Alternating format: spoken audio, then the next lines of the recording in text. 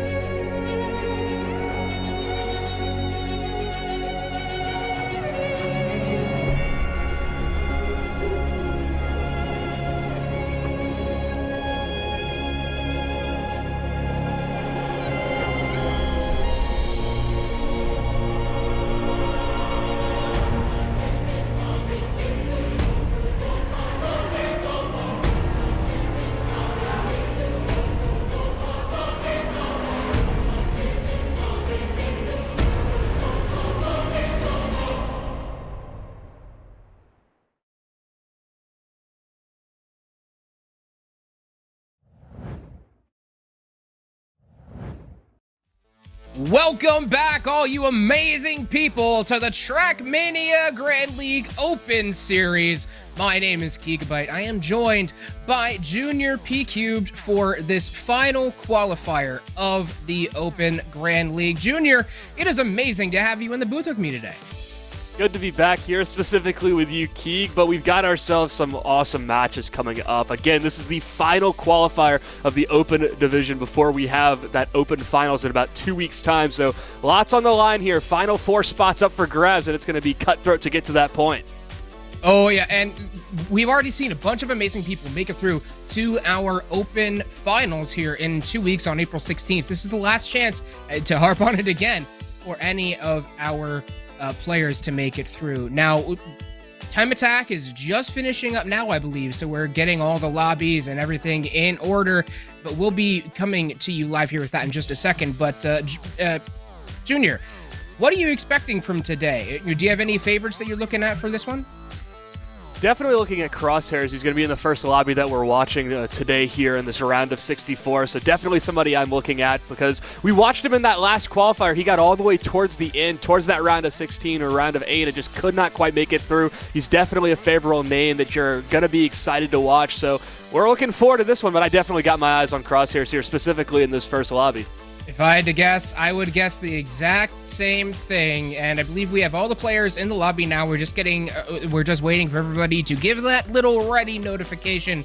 But this first one is gonna be between Crosshairs, Oni-chan, who's another potential crowd favorite out there, Krakus, and Stuffed STM. So this is gonna be a bit of a banger first matchup. This is of course the seeding, the first 2 rounds. But from what I heard, at least, the Time Attack stage was even closer than usual. Yeah, and from what we're hearing as well, that the Time Attack being close, it's a great way just to narrow the playing field down, but now you get into these round of 64s, these elimination rounds, and it gets a lot more intense from here on out, so we've definitely got our eyes on this lobby as we're just waiting to get everybody in here, as we're waiting to get started. Chat, we got to ask you guys, we've got Stuffs, we've got Krakow, we've got Oni-chan, we've got Crosshairs in this first lobby of the night. Who are you guys looking forward to watching here in this first lobby? Let us know in chat down below. We'll be reading it all day because we've got Open Qualifier number 4 here. It's the final chance to qualify for that Open Finals that everybody's got to be driving to success. All right, so again, still waiting to get everybody in. Our first map today is actually going to be Tiny Gap, a map that people have been kind of struggling with, especially on that identity part later on in the track. As, well, I mean, it lives up to its name. It's a tiny gap that you have to hit, and there's so much precision going into that final jump. We have seen it take out a bunch of favorites, and you never know what's going to happen. You never know. We could have 3 finalists, and then they all wreck out on the final jump, and then all of a sudden we have a quad finalist scenario. And I think I've seen that actually happen once so far. But Tiny Gap, extremely testing map to come first. Yeah, it requires that release precision identity towards the very end that, like the name suggests, that tiny gap you've got to slot your car through to find success. So when you've got that kind of precision involved, mistakes are bound to happen, even at the highest levels. So as we get into this map very shortly, we're just in this pre-match warm-up right now, definitely looking at that identity phase, because you don't want to release too early, you don't want to release too late. Unfortunately, you gotta be just like at that the Goldilocks and the 3 Bears story. You got to be right in the middle to find yourself some success.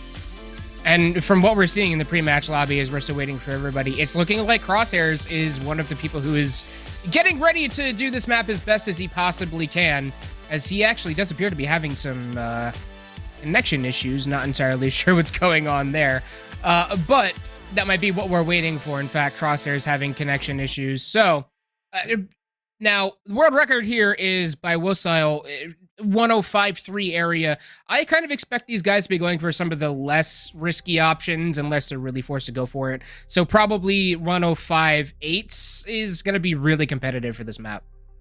Yeah, we should see times right around 105.8. Really just sub 106. I think we'll just put in a good time right off the bat and just make it to where it's a relatively low bar to limbo underneath, if you will. I mean, with how precise you have to be, especially at this level, and how we've narrowed down the field all the way down to this round of 64. You got to be precise. You got to be on the money, and well, right around that 106 and then right around that 105.8 line should be where we see the most competitive of these players landing. Still waiting on all of the connection issues to be straightened out, but I mean, what are we running at? I think the Grand League players, they were going 106.3's area for like they're like tip top of like the group stages. So I kind of expect to see right around that here, because let's face it, the big difference between this open level and the Grand League level is not, you know, how fast you are, it's how consistently you are that fast. Yeah, you can't just have one good run. You can't just have one good round. The way the Trackmania works specifically in these open qualifiers is you've just got to be the most consistent. You can put up one fast time, but if you can't put it up 4 times in a row, you're certainly not going to qualify. Yeah, I mean, anybody could set a world record on any track if they just sit there and grind that track for weeks and weeks and weeks. Like, I guarantee I could probably set a world record on one of these tracks, but I also suck at Trackmania. It's the best game I suck at. But the point still stands that you have to be consistent to get to the top level, and that's what has really been kind of hurting some of these open league players as well, is that they haven't kind of developed that overall level of consistency, which is why we see them in the open series in the first place. Yeah, and lots of people like to think of skill level as how good you are at the game. Rather, it's just how quickly you improve and how quickly you adapt. And so when we look at the Open League right here, there's Open Qualifier, so anybody can sign up here. And so when we see the best of the best players, the names that you've heard across the Trackmania channels, across the waves, now you're going to see just the most consistent that this Open division has to offer. And they're looking to make a name for themselves because they like to go up against some of those best players or in that challenger stage. So it looks like we're about to get underway real soon. We should be ending the warm-up momentarily, but we've got ourselves here on Tiny Gap, and personally, Keek, I'm super excited for this one. Oh, I am as well. Let's get underway with our first round of the day, and I believe we might actually have a pause here. Wow, first time we've had a pause in a while. Oh, no, sorry. I got, you know what? This happened 2 weeks ago when I was match officiating, and the warm-up got me. You know, the warm-up has gotten me just about every time I've casted. You know what? We get used to it eventually, because eventually we have to find ourselves on the first round of the day here in the round of 64. All 4 racers right here. Just driving quick. No, we're back to another warm-up. We're restarting once again. I got baited with it as well, Keeg. I can't be trusted here. Oh, no, this is actual match pause right now. So, yeah, we are currently paused, as I believe Crosshair's internet connection issues still have not been quite resolved. So, yeah. I've had my fair share of internet issues. It's understandable at this level. It happens. Yeah. The internet is nothing if not unpredictable. Yeah, I mean, we had problems last week with internet, and with as global of a league as the Tmgl Open is, it can be at that phase. So now, it looks like we might be getting started here. Yes, this is going to be our first round. I certainly hope so. Yeah, I certainly hope so. And we're driving in right here. All the players gearing up for round 1. There we go. Finally, we are underway, as I believe we finally got Crosshair's internet internet connection issues. That's what I meant to say. Straightened out, and he is already out to a big lead here over Krakus, who's bringing up right behind him. Oni-chan and Stuffed is right behind them. Crosshairs has about a half 2/10 of a second advantage, and it's about a second between first and fourth right now, as now we start to go into just this booming jump right here, just going up and over the half pipe, as now just looking to get things underway. Efficient jump out of Crosshairs as the rest of the pack follows in suit behind him. Crosshairs, he's out to a really solid lead now with 2 seconds. And Krakus and Oni-chan both bringing up the rear by, looks like 12 seconds each. So Crosshairs just has to nail this last section, but never be certain until this identity is complete. He is able to stick the landing, make it around the last corner, and Crosshairs will take our first point of the day. Talked about that release precision identity, and Crosshairs is the one that makes it through first. You can really bonk yourself right there and throw yourself for a loop if you can't make it through that tiny gap like the name of the track suggests. So a good first round win for Crosshairs, but now we go into the next. He's out to an early lead again. He's really solid in that initial section, and considering how much speed needs to be carried through this map, that is really what's giving him the big advantage early on. Indeed, he finds himself with just a large amount of space to work with compared to the other players here. So driving ahead, but we've still got plenty of action going on behind. Bit of a tight pack behind Crosshairs right now as he separated himself from the pack early on, but it's only the first 2 races so far. Plenty of rounds left to go as we're back into this half-pipe section once again. Crosshairs will go up and over, land properly, and head straight on into the next section.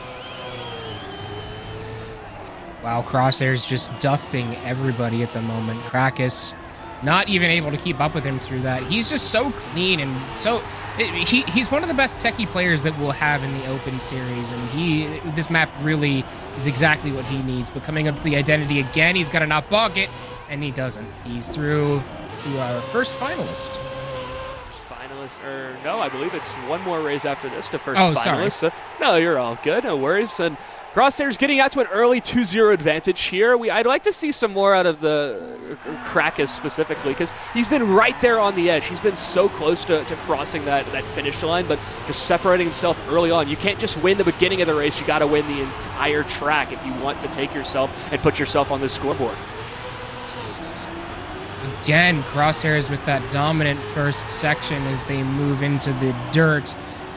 But that is just what's giving him that huge advantage. Is this track is so focused on carrying speed through every obstacle that getting the most amount of speed built up in the initial part that you can just snowballs over the course of the map. Certainly does snowball there, especially as all 4 of these players are out of the RPG phase now. Back into this half pipe once again, where, like you were talking about, Key, that carrying momentum is so crucial, and now they're going to have the wet wheels effect for the time being, but Crosshairs, again, still out to this early lead. Going to be looking to take this one around, and successfully slides just right through this checkpoint, now into the tiny gap. He's just got to make this through if he wants to make it into the finals. Release precision identity, executes flawlessly, just has to drive straight, and he's going to be securing his first finalist spot in this lobby. So now he's the first finalist. Excuse my jumping the gun there earlier, but Crosshairs, he's the one that probably was the crowd favorite coming out of this and was expecting to, probably a lot of people were expecting to come out of this one quickly, and wow, he's just so solid through that first section. He's driving consistently, like we were talking about in the pre-show, Keegan, right? He's not entirely it's not too much special. Obviously, he is an incredibly technically skilled player, but he's just driving consistently and focusing on putting up his best run. It's kind of the beauty of this league as the drivers go through this RPG phase now. They'll slide around, they'll make it through, and Stuffs isn't that far behind. He can still make up some ground, but he's not doing as efficient of a job as maintaining that momentum as Crosshairs is. Crosshairs so solid through the quarter pipes. He was just completely flawless so far for the first couple laps here. One more identity to hit. Hits the angle correctly. He gets underneath the top bar, and Crosshairs will be the first one moving on. qualifying for that next round, and he's done so in a perfect sweep at that. 4 races driven, 1 champion so far, but we still got to determine another one because there are 4 different players in this lobby. Now it's a race between the final 3, as now it's Stuffs, Krakow, and Ani that are looking to make it through, because certainly they'd like to be moving on to the round of 32 after this. Krakow actually has the best start out of all of them. Has about 0.4 of a second lead over Stuffs in the dirt, but Krakow's has been having a bit of an issue in that dirt halfpipe section, and moving into the RPG, he's usually quick here. Good landings, good landing, good landing. There we go. Much better than Stuffed as well. And that's going to basically give Krakow the ability to run away with this one, should he be able to maintain. Cat out Stuffs here, though. He's right on Krakow's tail. Oni not that much farther behind either, as it's a 3-man race as we go into the identity phase very shortly. We're just going to continue to drive around through the wet wheels phase, and that effect will start to break off. Now it's all about maintaining that momentum, but also not carrying too much of it, because like we were talking about, it's such a precise jump that you can go too fast or you can go too slow. Regardless, you miss the track at the end of it. Krakow is going to execute that one flawlessly and jump straight through the finisher hoop. Stuffs and Oni-chan not that far behind them, but at the very least, keeping things moving, keeping things swimmingly. Krakow's on the board here. So our first one that isn't crosshairs to get a point on the day, at least. Oni-chan and Krakow are both very quick through that initial section. I think Stuffed is having a bit of an issue figuring out exactly where they need to get back on the gas pedal after that initial slide, because that's where we've seen them be a bit off the mark, although through that dirt section, very strong. The RPG, Krakow once again taking that advantage and, well, bumping around just a little bit, not entirely landing all 4 wheels at the same time. It does bump just a little bit there. That could be a detriment to his time, but looks like Stuffs is going to take the advantage here, take it over Krakow, and now back into this half pipe once again. Stuffs continuing to hold on to this advantage, and so far we've seen only a sweep and then 1 race win out of Krakow. Now Stuffs has himself with a pretty reasonable advantage, as he's about 7 seconds ahead of Krakow as they move forward into this final slide and then into the identity. Stuffed just needs to hit this good jump. That was a bit of an awkward takeoff, but he is able to maintain and get underneath the top bar. Stuffed, first point on the day. Ourselves a competition here once again. Well, we saw Crosshairs win all 4 of the rounds right off the bat. Now Krakow and Stuffs are dueling out here in these first 2 races since Crosshairs qualified. Now the reset start, and I think that's kind of the beauty here of Trackmania Open League and really just the competition, the esport in general, that you get yourself a fresh start. You're never too far out of it. You can always bounce back until that is, of course, the lobby is done. So we go around this big tube. Now we find ourselves in the dirt section as Krakow, Oni-chan, and Stuffs, they've got themselves in a sizable gap right here where they're just right on each other's heels, but that bump on Stuff's car, that's going to slow him down tremendously, and he can't pick up momentum in time. No, that might really basically Stuff's out of it at this point, unless Krakow and Oni-chan can, well, unless they get a pretty hard hit on something or just are not able to make the identity, which is always possible. I think I led off this map by saying that until that identity's done, don't count anything out.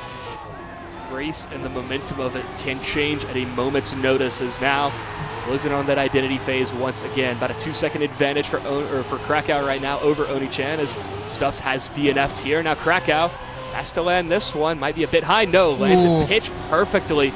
Oni-chan is going to miss it as well, but Krakow just has to drive straight, just has to go straight through it. He's going to finish, and Oni-chan's not going to be able to cross in time. Krakow now with 2 round wins and moving closer towards that finalist position, but got to win 1 more to have that F on the scoreboard.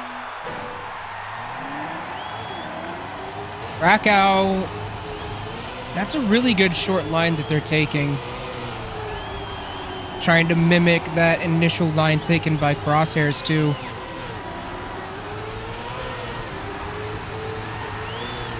This dirt phase. Pressing on forward is really tight, close packing right now as we enter the RPG phase, and Oni-chan's going to hit the corner of that first barrel and just mean that he can't keep that momentum. Now it's again just a 2-man race as Oni-chan has a lot of ground to catch up. He's got plenty of track remaining, but now it's Krakow and Stuffs just right on each other's tails. looking to find just contention here. Stuff's obviously just a race behind Krakow here, so definitely some more options ahead, but gonna have to have the most consistent run from here on out. Krakow has the advantage, only by about 3 seconds or so, as it looks like Stuff's got bonked in from behind. Gonna have to catch up quick, but might not have enough time to do it. Now into the tiny gap. Krakow just has to land this one with precision. Is going to be moving into that next finalist spot, as we could be ending off this lobby quicker than anticipated, as Krakow's put himself with the F on the scoreboard. F's in the chat for the F on the scoreboard. Krakow, one away from moving on in the second place out of this group. Stuffed does have a round win, but it just has not been consistent enough, especially through that middle section. Finding some weird little doinks here and there. But I'm honestly surprised we haven't seen more people fail on the identity than we have to this point, because quite frankly, the identity here is tough. I can't imagine doing it as consistently as these players have been so far. As once again, it's back to this two-man race. But like you were saying, Keek, that it really has been just that. It seems like we haven't seen that many noticeable mistakes. We haven't seen any snipes towards the end where somebody's been doing great until the identity phase where they've bumped or they've missed it through the gap. So definitely a bit odd here, but I guess it shows just the level of competition you can encounter here once you make it through those time attacks and into the round of 64. Krakow is just completely run away with this one. 8/10 in that last checkpoint. One more obstacle to go. Krakow just needs to hit this correctly. And no doink, no bonk on the tiny gap. Krakow will be our second player moving on.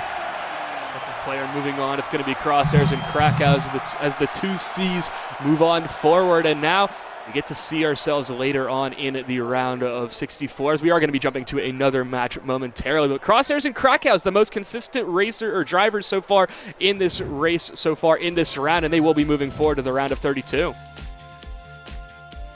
And we'll be jumping into another lobby here momentarily, as I think we still have other lobbies that are currently underway.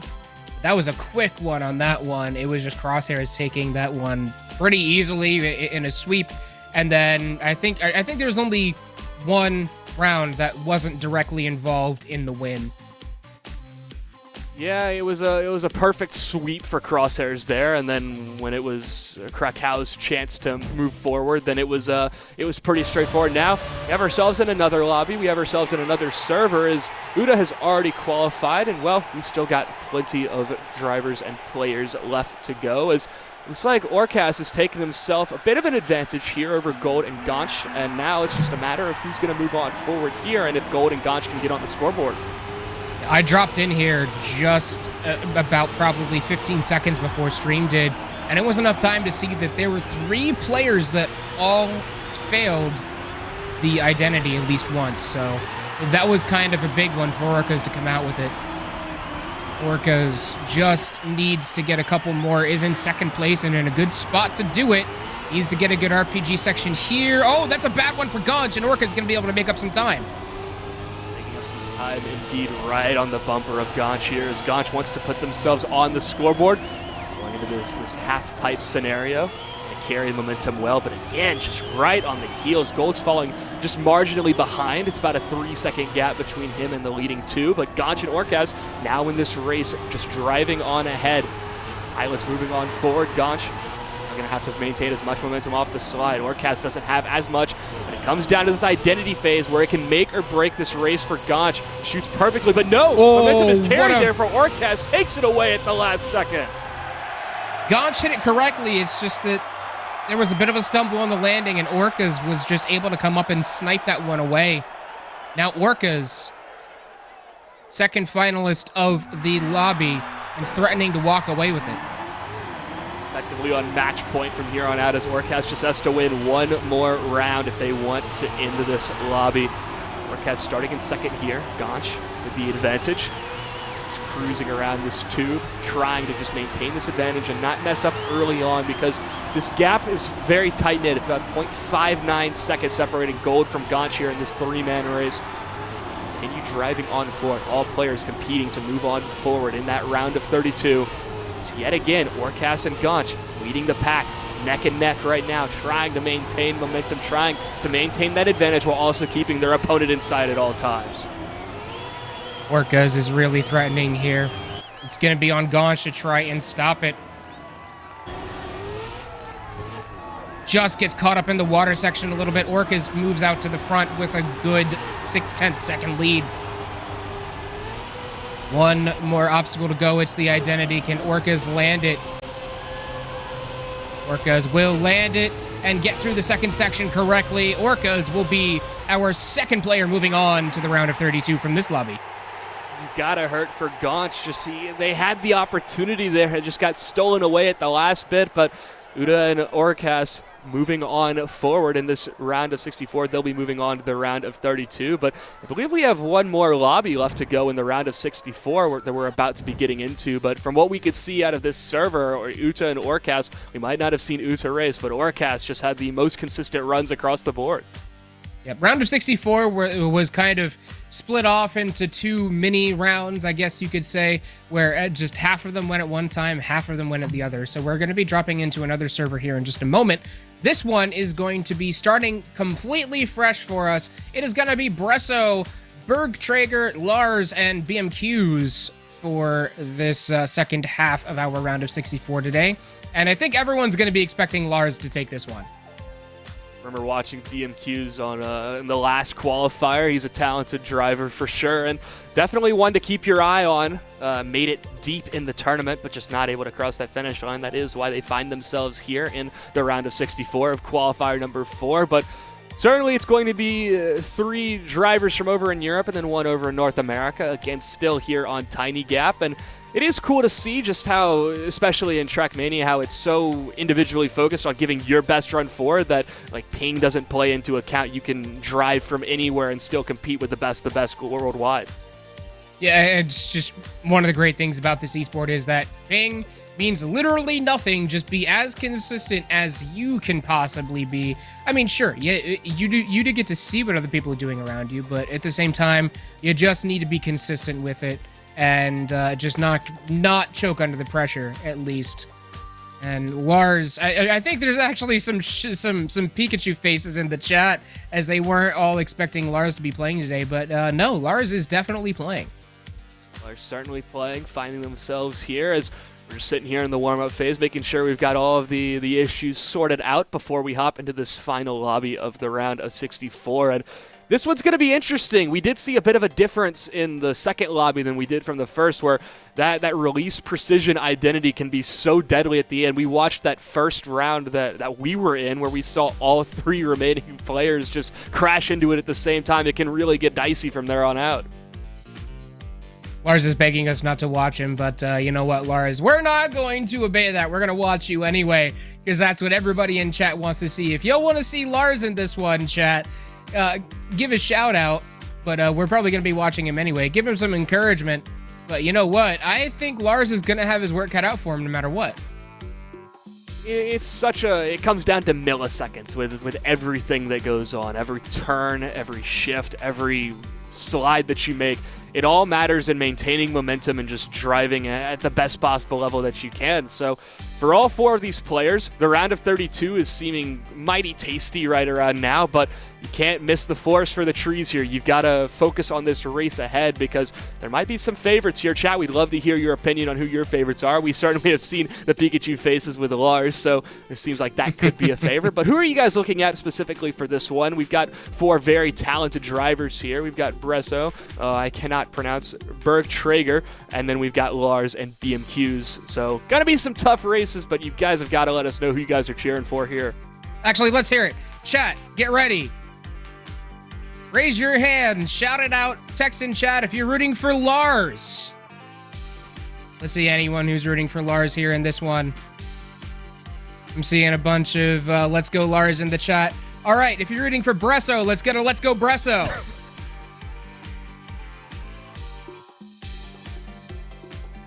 Everyone's rooting for Lars, it looks like still. Hey, there's one that's rooting for Bresso. I like it. Good to see the underdogs getting one. Bergtrager. Anybody rooting for Bergtrager out there? And then BMQs. Finally, we're getting underway with this round, as I believe we were having some issues with some ping or something on the side of, I believe it was actually one of the German players. So here we go, finally with the warm-up, and I almost got hit by it again there. I almost got caught as well. I saw the orange at the top. I'm like, wait, no. Well, regardless, find ourselves here, round number 1 of our final lobby of the round of 64. We've got Bresso, we've got Bergtrager, Lars, and BMQs all in this lobby. Kicking it off right now here with round number 1. Lars actually couldn't hold all of that momentum through the first part, but this is really close between BMQs, Bresso, and Lars. The front three all really close together. Berg kind of bringing up the rear at the moment. Gap as we go into this RPG phase now. Bergtrager, 2.5 or more behind Bresso, Lars, and BMQs. It's just only around half a second separating that pack, but it's even getting closer than that now. To this half pipe right here, got to be precise and have to maintain momentum. Bresso's going to take an advantage here, right over Lars, as Trail's just right behind in second, as now they'll have to deal with the wet wheels as they move closer and inch even further towards that identity phase. Bresso has the advantage, but got to do this slide to perfection. Oh. Lose a lot of speed there as we drop right into the identity. Lars has to perfect this jump here to maintain this advantage. Lands properly, contains all the energy, and now will just drive straight into the finish circle. That was kind of close on the side of Lars, though. BMQS didn't quite get the slide correctly. Or sorry, I believe that was Bresso who didn't quite get the slide correctly. But Lars also just clipped the back wheels on the lip of the bottom ramp. So not exactly the best landing for him. But you know what? It works. We take those. Take those indeed. Lars starts off with the first round advantage. Now we move into the next, and another tight-knit pack right here. 0.3 of a second separating all 4 of the drivers on the course. Not need to make any mistakes here. Certainly could spell disaster into the RPG phase. Bouncing it unequivocally solid across the entire board as Lars has retaken the advantage here and seems to have had the most consistent line, at least in this first 2 rounds that we've seen. He's been the most consistent overall, but there was a bit of an issue with overall speed in the first and middle sector. He seems to be really, really good at the last part of the map, but it just seems like during the first part and middle part, he just cannot get the same speed that everyone else is. Here, though, he's really, really strong. Oh, that's a bit of a rough identity. How's it going to work out for him? He does hit the sign, and he's not going to get this win. BMQS is going to take it away. Saw BMQS just hunting Lars that entire round long. Finally gets his chance to strike and takes it with every bit left. BMQS puts himself even with Lars, and we're still waiting to see Bresso and Bergtrager put their score up on the board, but we've only seen 2 rounds so far, and this lobby's certainly looking close.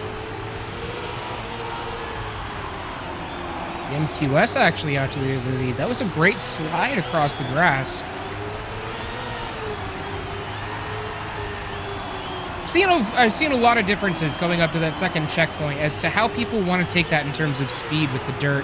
Each section is very individual in terms of what they want to see, and Lars is actually going to take advantage of that hit off the side of the RPG portion, and Lars goes out to the lead. Strong advantage gained here for Lars early on in this track as Bresso, Bergtrager, and BMQS find themselves between half a second and 5 seconds away from him, as BMQS not having his strongest run here, but Lars will take this advantage and handle it quite nicely. I say that as Bresso is right on his tail, less than 1/10 of a second right behind him. And you can just see him just waiting to strike. Oh, and Lars bumps the light post there. Bresso's going to have the advantage, just has to succeed on this identity. Does he have the release precision perfectly? Yes, he does. It's just going to turbo directly into the winner's finals, or once again, just continuing through that circle and moving on to another win. Bresso must have taken a shot of espresso because he's certainly focused at the moment. Good comeback off of that one. 2 bonks earlier on in the track that kind of made that one super, super competitive, and Bresso just came in and took it at the end. You know, it certainly stings to find yourself with that kind of an advantage and just to just barely clip part of the environment. So Certainly frustrating, but gonna have to rebound that mental eventually. BMQS with the advantage, but Bresso and Lars right on their heels. Just trying to take this one around now into the RPG phase, sliding effortlessly off these barrel-like structures. And they find themselves very similar lines between the top three. Bergtrigger finds himself about 0.7 of a second behind, but right now it's really a three-man race here between Lars, Bresso, and BMQS for that first place spot. Gotta maintain momentum. Lars, that was a great little cut across that section. Bresso, not a great entry into the water. Did lose a little bit of time, but is able to make it up with a great hug of the wall. Good turn. Lars is a little bit behind him. Bresso just now has to hit the identity correctly. Looking good so far. That might have been a bit steep. He's able to get under the top. No, he's not able to carry all the speed, and Lars is going to snipe it from him at the very end. Excellent snipe there for Lars to take the advantage over the rest of this lobby. Bresso almost had it in the bag, just so close to that finish, not able to maintain that momentum like you were talking about, Keeg. And it's going to have to restart knowing that that could have been an opportunity to take the top of the scoreboard. Instead, Lars will snatch it away, and Bergtrager looking to get his first point as well. Kind of been lagging behind that first sector. It seems like that's the do or die sector for this map, Junior, is if you can carry the speed through it, you're golden. If not, you're not going to do so good. It's certainly, you can't win a round by winning the first section, but you can set yourself up for success, and that's what this top three of this lobby currently is doing. Lars, Bresso, and BMQS have found themselves efficiently able to make it through that dirt section, and by the time they cross the half pipe, they've got enough momentum to carry them on forward through the rest of the track, so long as they don't bump or bonk anything in their way. MQS out to the lead now. Not a great transition into the dirt. Lars had a great transition into the dirt. Everybody's going to go really tight.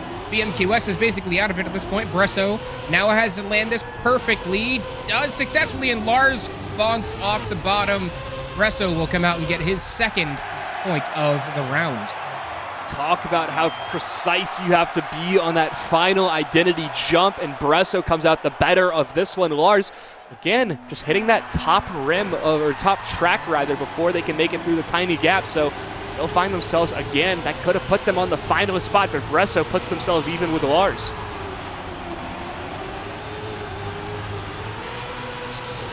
These are all real close now. Bresso kind of losing a little bit of time. Two packs at the moment. BMQS and Lars really close on this one. Lars gets a lot of speed. Perfect carry out of that one. Perfect landing in the slide, and suddenly Lars is out to a decent lead. Bresso right on the heels, though. Lars might have made it through the RPG phase successful, but have to maintain that momentum. So far, the most solid line. Lars with the advantage. Bresso right behind. BMQS hunting from at least a boost right now. Rather, it's Bergtrager is in the fourth place that we'll be spectating and just looking at and just seeing how he's watching this front three pack, which has been apparent, but I'd certainly like to see Bergtrager get themselves a leg up here. They just have to win one round and they're competitive with the other three. Ooh, this is going to be a close finish. Berg might have a little bit too much speed. No, Lars is going to take it away from Bresso, and Bresso almost actually lose a second there, but Lars will get through, and he will become our first finalist in this lobby.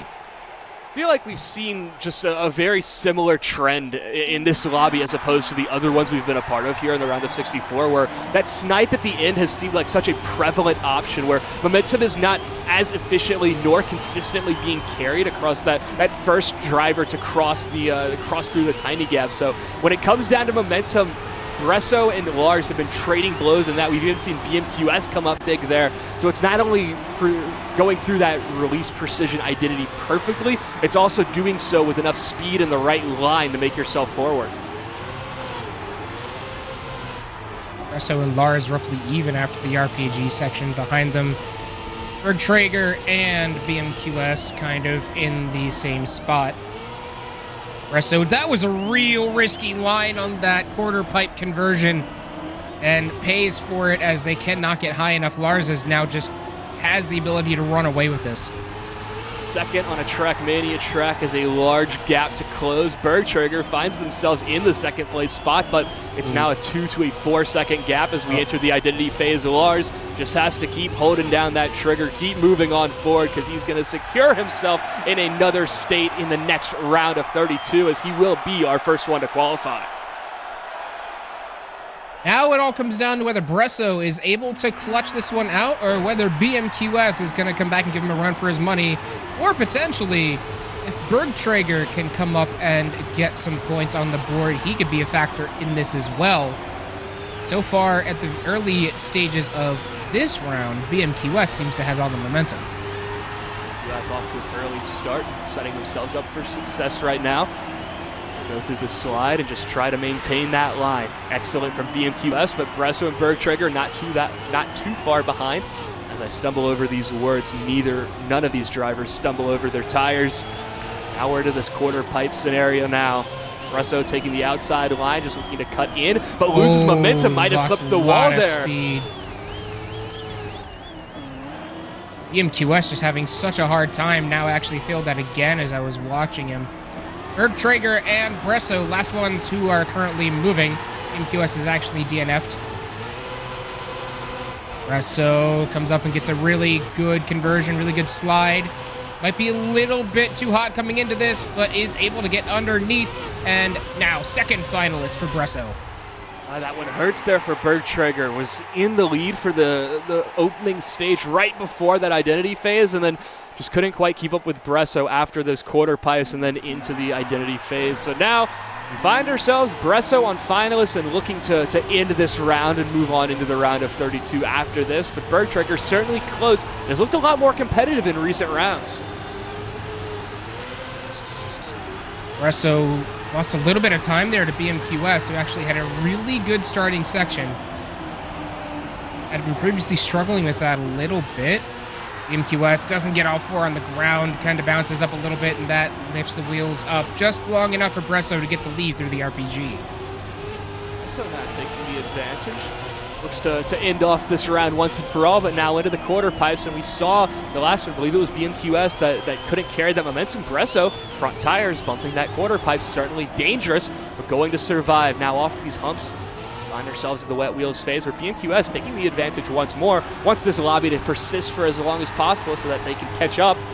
It's now through the slide, then finally into the identity. BMQS with an advantage, but only by about 1/10 of a second.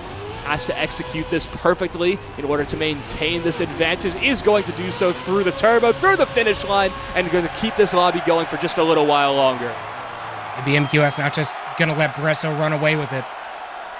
Still gives Bergtrager a little bit of room to work with too, but Bergtrager, if he wants to stay in this round, needs to pick it up.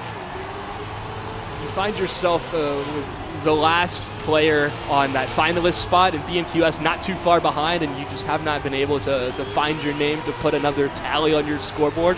It's certainly frustrating, but each race is a new start. Each moving forward is another step, another turn.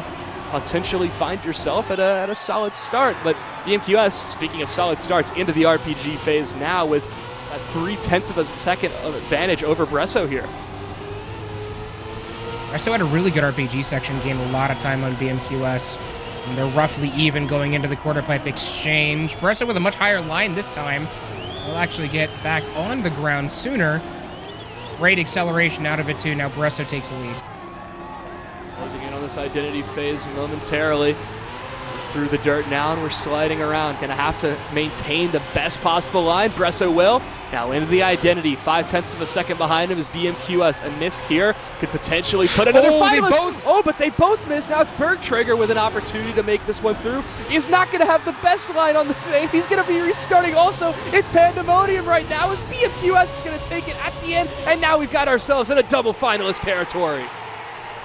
BMQS trying to challenge Bresso, who looked so good after Lars had finished. Bergtrager might be able to capitalize on some of that pressure that they're both feeling as well if they both fail the identity like that again. Bergtrager doesn't seem to have that locked down, though.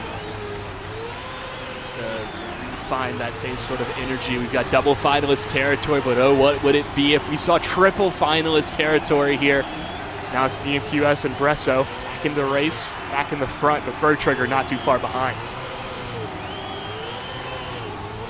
Bresso and BMQS roughly even through the RPG section into the ice.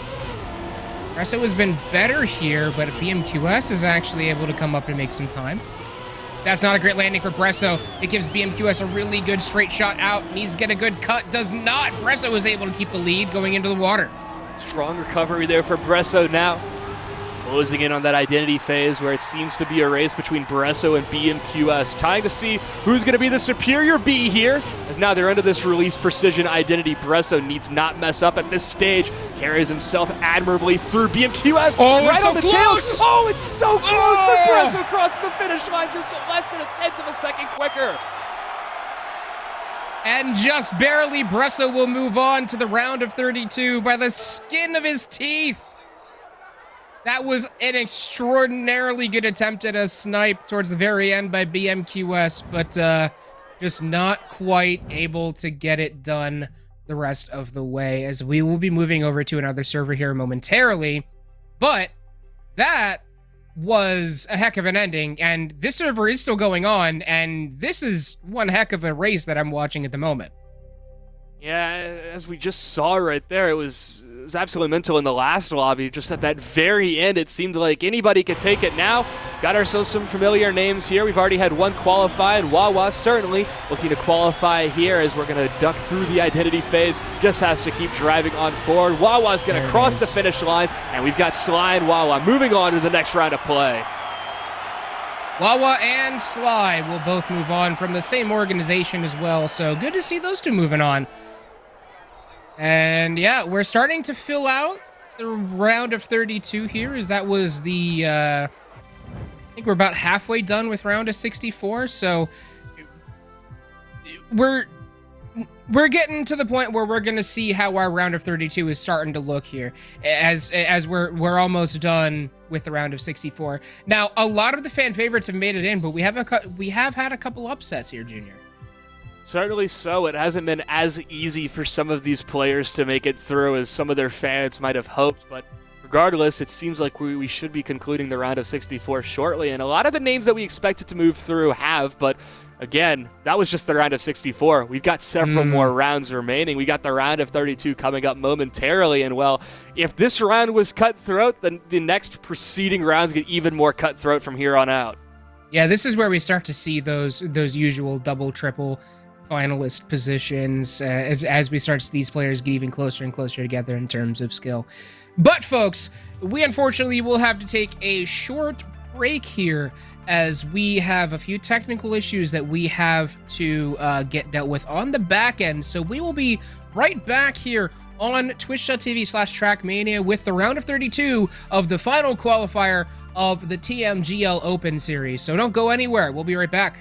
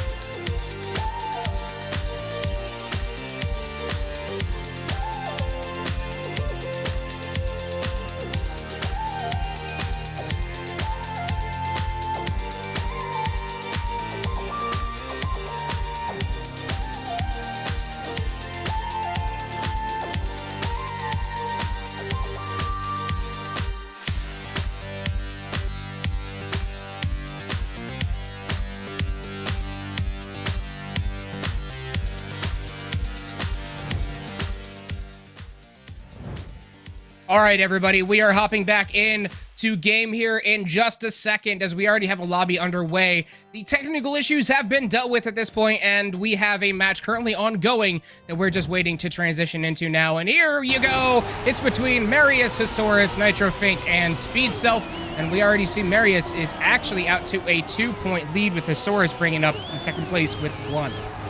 Nitro Feint and Speed Self not finding the advantage here. Looks like someone's just driven off the track there. That's going to put many of them behind as now Marius and Speed Self trading even right now. No, strong advantage now for Marius is controlling this front of the pack into the identity phase. Could make or break this run here.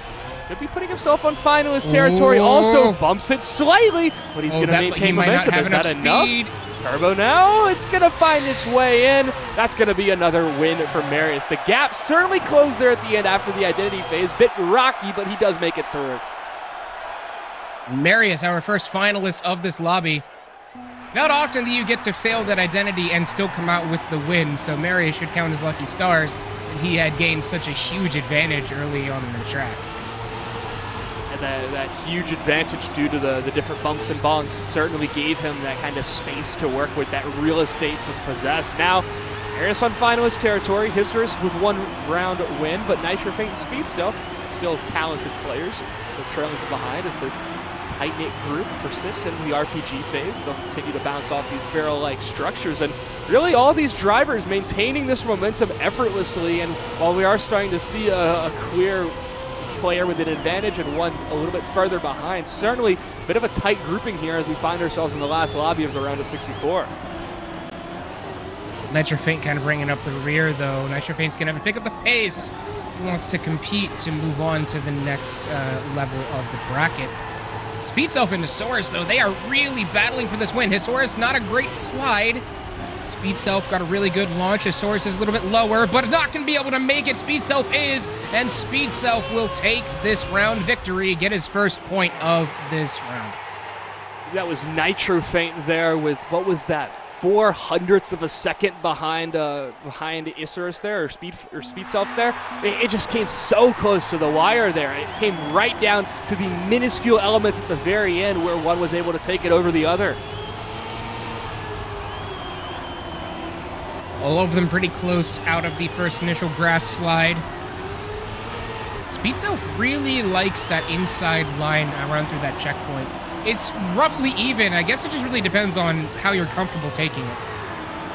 Depends on if you want speed at the end of the turn or speed at the beginning of the turn, because that can affect your momentum, but both are equally effective as proven so far through this round. As through the ice phase now into the quarter pipes is again just this tight group, and all 4 drivers right within 0.5 of a second apart. So half a second separates this group, but gonna have to maintain this advantage as now they're gonna have that wet wheels for just a time being. It'll start to wear off. They'll begin to retake control of their car, but they'll need to maintain this advantage. Hisaurus now. Hisaurus has the advantage, but it's gonna lose that momentum. Now Speed Self has to execute this release precision identity flawlessly. He's going to make it through, and Hisaurus gets bumped on the way down. It's now Nitro Feint in second, but Speed Self crosses the line at first. There we go. Speed Self, the next one with 2 points. Fairly even lobby so far. Marius is not quite able to get the clinching point to move on, so rapidly this is getting closer and closer. And Nitro Feint as well has been getting a little bit better over the last couple of laps. Certainly so. Marius had the advantage and has been in this finalist position for a long time, but Marius is going to have to keep this one going because Hisaurus, Speed Self, and Nitro Feint will find themselves relatively close behind here. Out front, Speed Self actually, with 2 points on the board. We thought that Hisaurus might be the one to give Marius a run for his money. We did not expect it to be Speed Self. Actually, that was not a great conversion over the top of that little feature. The water section, though, Speed Self is able to keep it out into the lead, and now we're moving into the last section. Section closing in on the identity through the turbo stage. Speed Self with the advantage, but only half a second ahead of Marius. Now has to maintain this momentum, going to maintain this advantage. Slides effortlessly through and is going to be moving on as our first qualifier into the round of 32. Oh, no, not quite. Speed Self is going to be Oh, our I take that second back. finalist. Double finalist scenario in the round of 64. You know you love to see it. Good omen on the day. Double finalists indeed. Might have called it incorrectly, but we restart anew. Nitrofane and Hisarus still behind, but Marius and Speed Stealth on those finalist positions. It's now a race to see who can qualify first, and if Hisarus and Nitrofane can back up the pack. Speed Self out to a decent advantage here by about a 10th. Nitrofane close behind as well, and Marius bringing up the rear, but has a decent amount of momentum to carry him through the ice section. Into the quarter pipe. Self with the advantage, but only about a 10th of a second ahead of Hisarus. They are just trading blows right now, looking to see who's going to maintain that momentum first. Speed Self comes out, now just has to deal with the wet wheels through this short dirt phase. Now into the identity shortly, but only after the slide. Speed Self maintaining the momentum as well. So far, the most efficient run. All three other drivers are right on his heels. He's going to land properly. It's going to come down to the wire at the end of it. All four drivers will cross. Goodness me, Speed Self certainly was close there. He will qualify for round of 32. Indeed, and kind of sniping it out from underneath Marius as well, as Marius had already been on finalist before Speed Self even got a point. So a little bit of a reverse sweep that we have in this lobby in the round of 64. Excuse me. Hisarus jumps out to the early lead after the beginning. Marius having a hard time finding the speed on that little drop-down section of the plastic. Make it through that dirt phase, though, now. Rolling their wheels on a different surface into the RPG phase. Hisarus continuing this advantage forward. Speed Self's already qualified, so it's now a three-player race to see who can continue forward. Marius right now in that finalist territory, but Hisarus right now has a rather strong advantage, about a half a second ahead of Nitrofane. Hisarus still out to the lead. Kudos to Marius, by the way. I just found this out. Typically, you think of like esports being like all teenagers and like 20s and something. No, Marius is, I think he's over 30 at this point, and he is still doing such a great job and still so competitive in the Trackmania Grand League. So kudos to him. Certainly proving that age is not just merely a number. You can also find some skill out of that, and the experience that Marius possesses certainly takes it to some of these other Trackmania contenders here. Now, Hisarus has just taken his second win. He's closing in dangerously on Marius' finalist title. We could find ourselves in double finalist territory again. Heck, we could even find ourselves at triple finalist territory if Nitrofane just finds themselves with a bit of a more efficient run. Marius, he does not want to get cheated out of this. He had finalists before anybody here. Speed Self has already reverse swept him. He does not want Hisarus to be able to do the exact same thing. And Marius is going to battle like crazy for that last spot. He goes over the top. That's not a great landing, but he does get a good slide into the over the top. All three drivers remaining. We've got just a 10th of a second separating them. Marius ahead. Nitrofane not too far behind. Now that gap expanding. 7/10 of a second between first and third. Now Marius could secure and in this lobby right here. Just has to make it through the identity phase. Gonna fly through effortlessly, make it through, and just has to dive through the finish line as now we have our top two coming out of this round of 64. There we go. That is how this one rounds up. Speed Self taking the first place and Marius taking second. Hisarus and Nitrofane, unfortunately, will have to join us in the next season during the Open League qualifiers.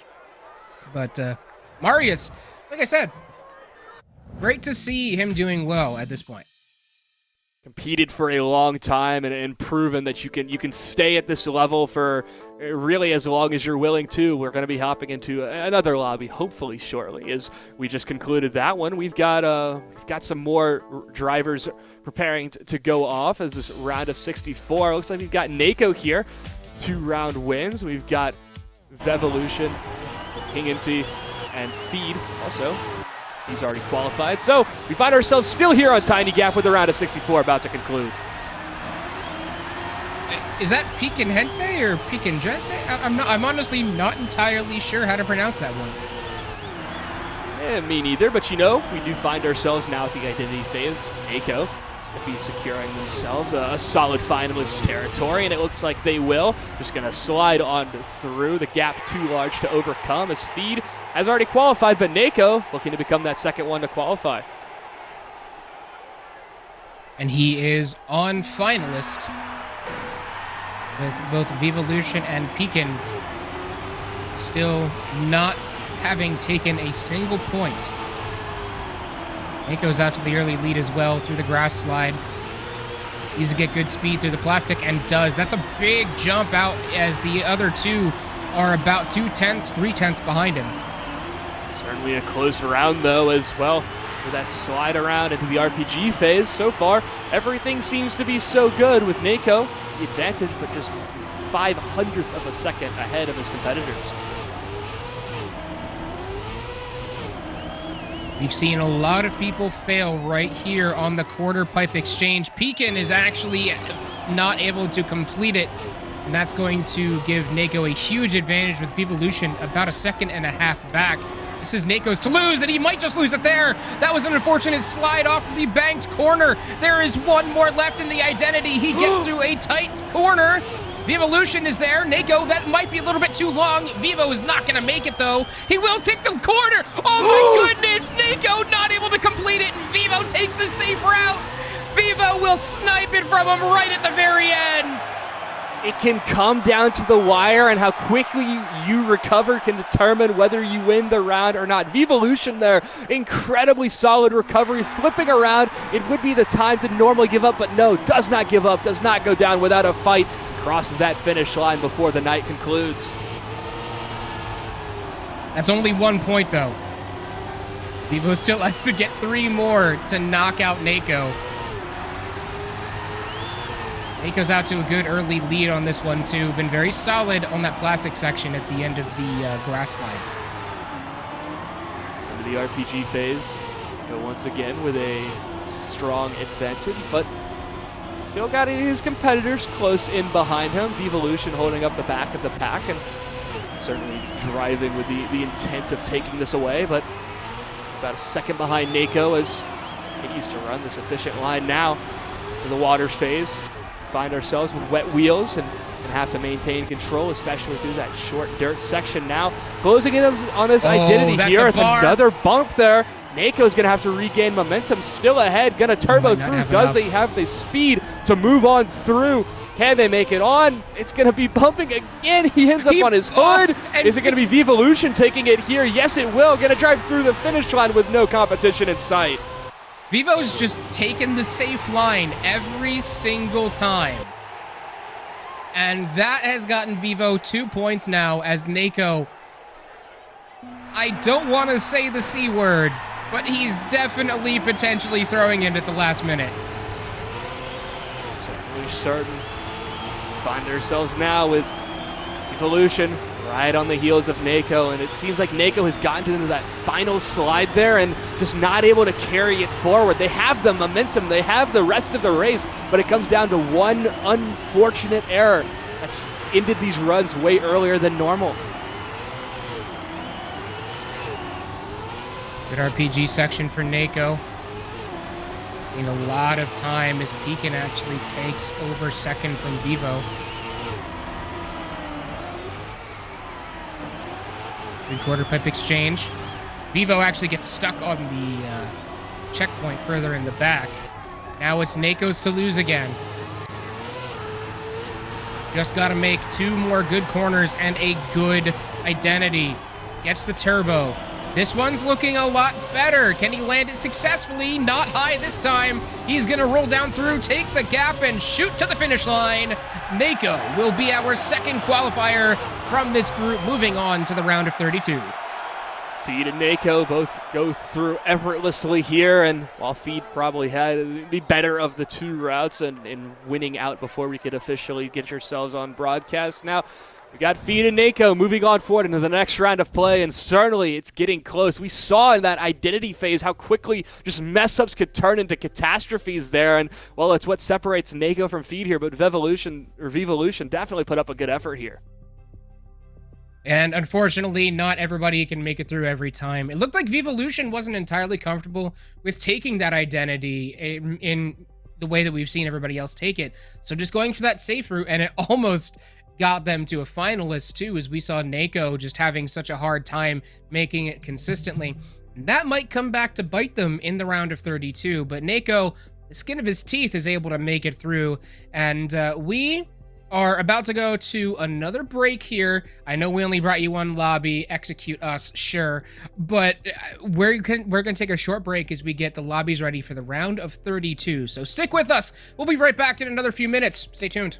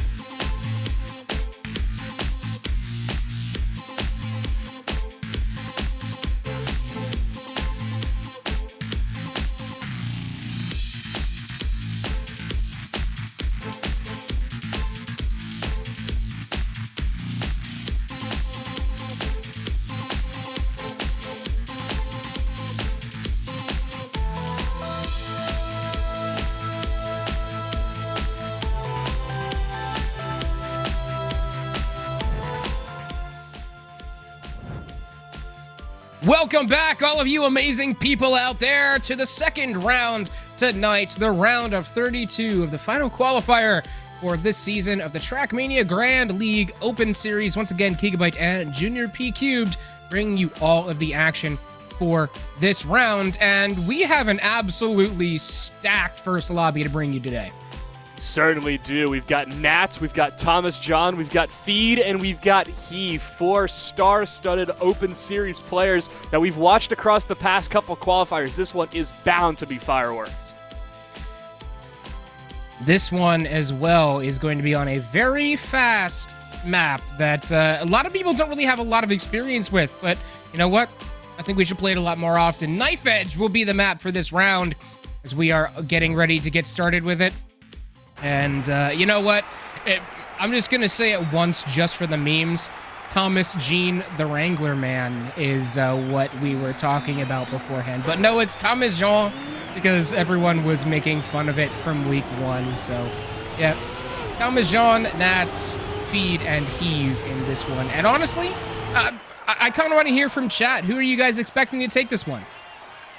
Certainly get your predictions in chat. Let us know who you guys are rooting for here. I mean, like we talked about, this is a star-studded lobby here as we enter round 1. All 4 of these players trading even. They're just right on top of it as this map is so quick and they're getting off to a hot start. Big early thrust there from Tom. Oh my goodness, Thomas Jean and I believe that was Heave, both failing in that section. Nats out a little bit behind them, or sorry, out a little bit ahead of them, and Feed just takes off with it. Feed with a 30-second advantage over Nats, and Nats with a, 7-second advantage over Thomas John. So Feed just effectively just has to not mess up from here on out to secure the first round win here. But this map is called Knife's Edge just because of how precision-based it is. It is very fast, lots of turns, and you really just cannot slide over either of the edges or else you're bound to fail. Yeah, this isn't one of the most difficult identities that we have on the rotation here for the Grand League in spring 2022, but it doesn't change the fact that the rest of the map makes up for that easily, as Feed is able to keep it steady the rest of the way and takes away with the first point of this round. But yeah, so it's like the identity here, not the most challenging, but the rest of the map makes up for it, where it's a lot more challenging than the others would be. Yeah, like the name suggests, you're balancing on the edge of the knife for the entire race along. So we enter round number 2. Feed finds himself with an advantage. No, I take that back. Thomas John has an advantage, but it's only by 0.02 of a second, as every single one of the drivers here within a 1/10 of a second. Lots of precision jumps where you cannot afford to be inaccurate. A lot of people in the chat were saying Heave would be the one to take this. And Heave is, in fact, the one out in front of everybody at the moment. It's like tires cross it over. Feed actually bonks on the transition. And that just gives Heave a completely clear track ahead of him. Nat's behind, but behind by about half a second. All Heave has to do is keep it steady. Half a second can be made up as Nats is starting to close the distance. 0.4 of a second now, but Track is running it out. Heave just has to stay alive, is going to make it through that hoop, through the finish line, cross it first, and secure his first round win on the board, put himself even with Feed. Very diverse lobby here. We have 2 French, 1 Swiss, and 1 from, I believe, that is Chile? I think so. I think you're right, Keith. Either way, Nats repping somewhere that we don't often see represented in the top levels of Trackmania, so great to see more representation coming out from all over the world. Feed is actually putting a battle on with Thomas Jean. They are separated by only a 1/10 as we get into the back half of this track. You know, the world record on Knife's Edge right now is a 104.2 or 104.27. That was by PAX or PAC, however you fancy. So 104s are generally great times right around here at the Tmgl Open, but we're going to have to see how these times continue on. Right now, the best time is a 105 as Heave continuing to extend this advantage forward. Rather, he's in second place right now. No, he will officially take it, but only 0.07 of a second behind him is Feed. Now continuing to balance on the edge right here, flipping and flopping on either side, carrying momentum, and Heave crosses first to take his second round win. So Heave definitely got a lot of momentum behind him, just can't crack to the pressure now. His feed was breathing down his neck the entire time, and it's those two that have kind of broken out to take the early lead in this round. Now, Thomas Jean, we know that Thomas Jean takes a little bit to heat up, and over the course of the round, he has a tendency to come back. But how long do you think he can afford to wait here? With Heave about to be putting themselves on finalist territory, or Heave on finalist territory, Feed not too far behind. Thomas John and Nats, I mean, it is a strategy to just kind of wait to give your best runs until it starts to round it. There's still ample opportunities, but at some point, you do have to start looking at just the scoreboard and the race trajectory as a whole. Right now, it's Feed and Heave trading blows as their names sound synonymous, but as opponents, they are wildly different. Now, they're into this identity phase. Heave is bumped, so he's going to be out of this race. Feed just has to stay alive now as they get into the identity phase, balancing on the knife's edge in just a little moment here. Trading sides of the track. Feed continues on with this advantage as now the opponents have fallen behind. 0.4 of a second separates Feed from the rest of the pack as he will take his second round win. 2-2-0-0 as we could potentially be looking in to see a multi-finalist situation, which is always exactly what we want to see. I mean, I'm sure neither Feed nor Heave are potentially looking to get through with that, or get to that situation, but you know what? We all want to see it. And these races are a lot closer than the scoreboard is entirely showing. Thomas John and Nats, while they don't have a round win so far, they have been right on the tails of Feed and Heave. So it's coming down to the wire. Just Feed and Heave are sailing through that a bit more effortlessly. Thomas Jean, that's actually a pretty decent lead here. Almost 2/10 up on Feed right behind him. This has caught a couple people out, including Thomas Jean once today, and he actually makes that one pretty cleanly. Now just one tough section to go, and that is the knife edge with a 2/10 lead over Feed. As John maintains this advantage, you talked about it, Keeg, how Thomas John likes to start a little bit slow and then ramp up towards the end of the lobby, but now looking to put themselves with a first round win here. Thomas John will cross the finish line first, but Heave and Feed not too far behind. So another point up on the board. Nat's the only one so far to not put one up there. Our first South American representative of the day. Hopefully Nats can come out there and get something. So is some grass fade phase, and compared to some of the other tracks that we've seen across just the open qualifiers, this one is a bit newer, nice edge, but it's certainly a lot quicker. It feels a lot more technical in terms of how you maintain that momentum, which is really the name of the game here on Knife's Edge. Feed so far doing that well, but does lose a bit as he overslid. Thomas Jean only 2 milliseconds back at that checkpoint. That's dangerous. He does clip it. He recovers very well and might still be in this one, but Nats and Thomas Jean both are out ahead of him now. Thomas Jean and Nats, one more tricky section to go as Feed is starting to come back. Feed right on the heels of Thomas Jean, and Nats is not too far behind. Heave is DNF'd, but now all three drivers right in the same spot. Now it's going to be Feed that takes the advantage. Thomas Jean and Nats in behind. Feed will cross right at the very end as they survive the Knife's Edge, the identity phase, and put themselves in finalist territory. Nats as well got kind of hooked over the bar there on the Knife's Edge.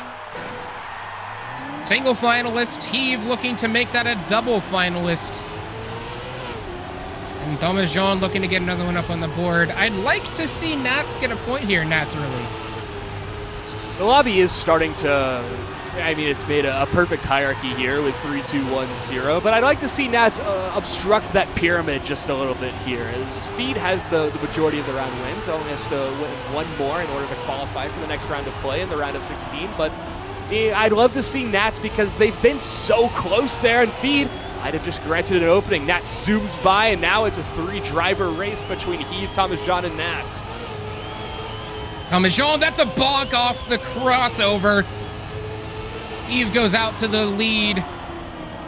Nats now about a second behind. This might be a good opportunity for Nats to come back, but Eve just has to keep it steady, and they will take this round win. Just across the knife's edge, left to go. That's one exchange. Jumps over. One more exchange before the finish. And good jump. Eve will take us to our second finalist of the day. Second finalist of the round. My bad. Oh, you're all good. Double finalist territory here. Thomas John and Nats starting to have a sizable gap from the front of the pack, and Feed and Heave put themselves on lobby point here. Now, Thomas John and Nats, if there was any time to heat up, it would be right around now.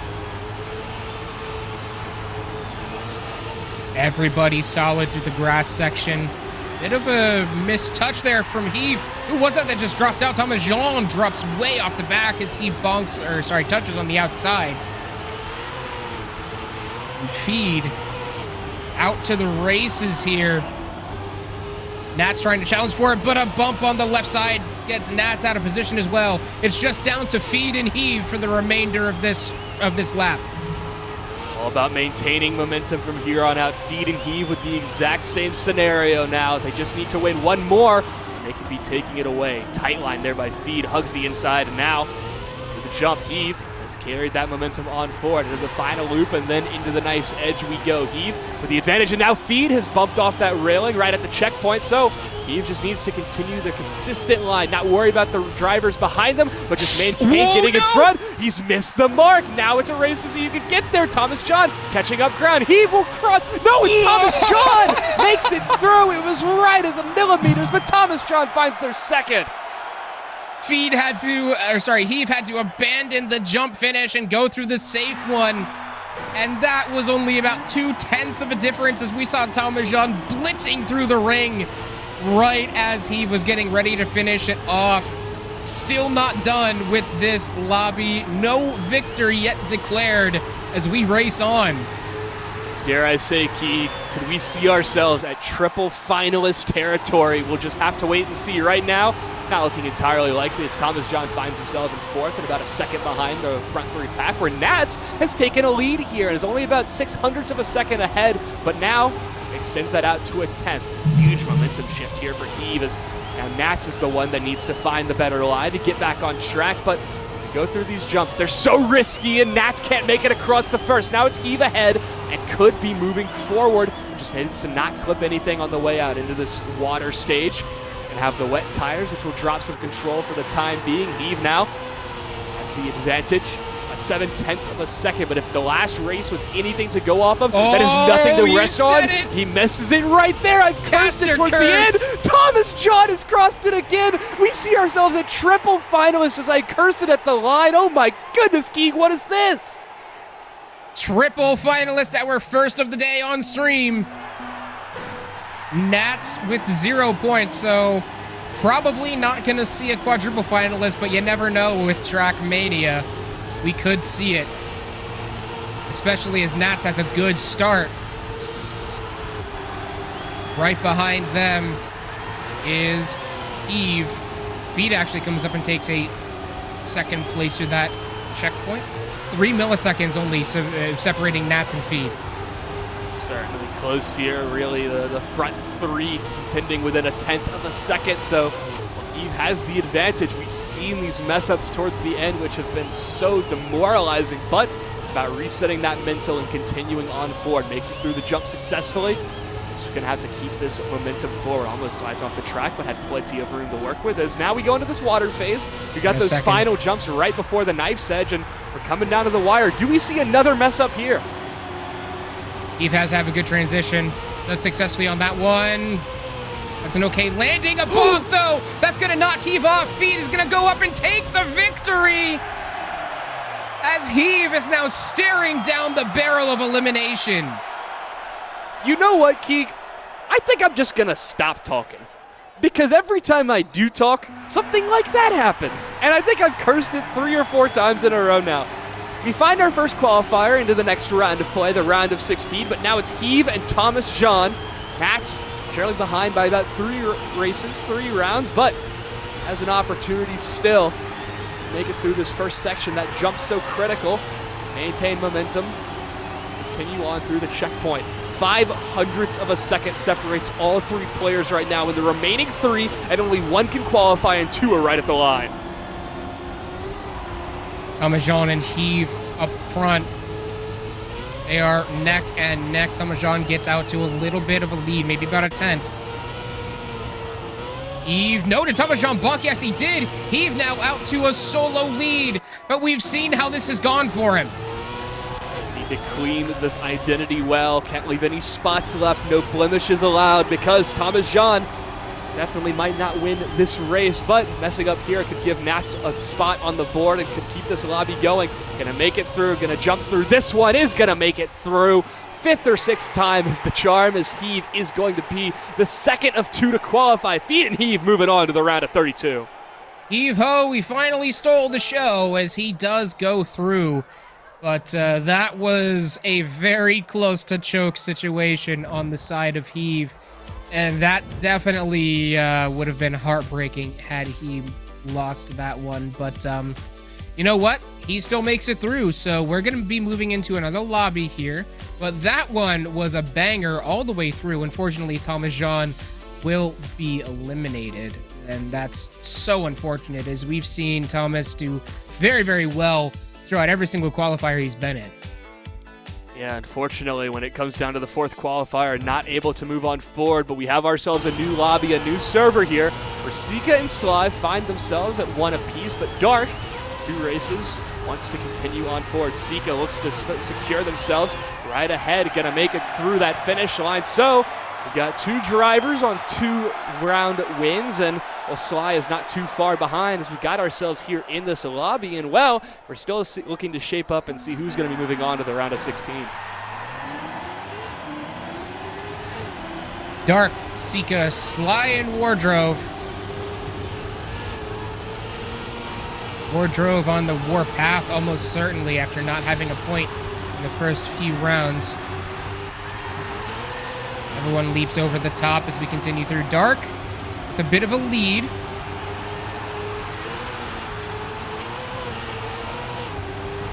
And that is the most crucial section to get some good momentum going for the future. But Dark is not able to keep that momentum going. He'll hit the side, and Sly, Sika, and Wardrobe break out in front of him. Forfeits his chance at finding finalist territory. Now Sika, the one with all the pressure on their back, around, slides effortlessly now into the water phase once more, where we see these jumps through the hoops, and they can be so deadly in defining a race win or loss. Now onto the knife's edge identity.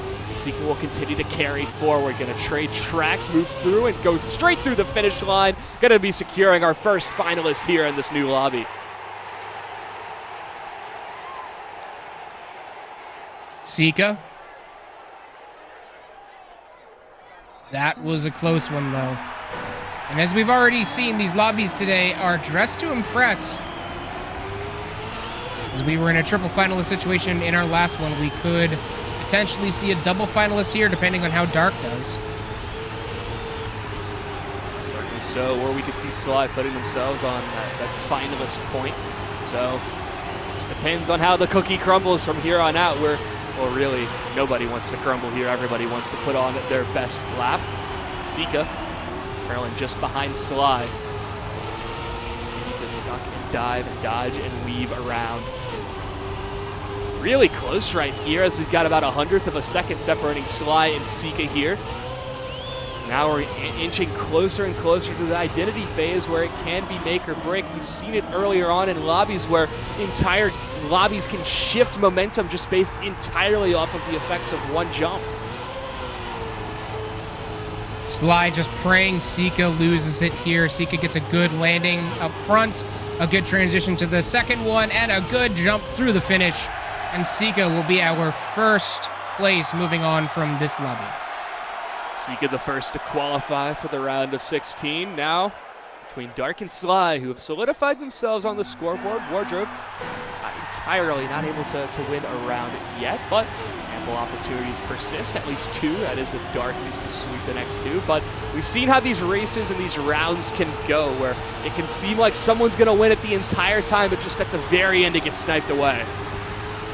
And my lobby the lobby for me has actually crashed, so I cannot see anything going on right now. However, I can see off of our other feed, Sly is trying to get themselves into a position to potentially make it a competition with Dark 62 over there.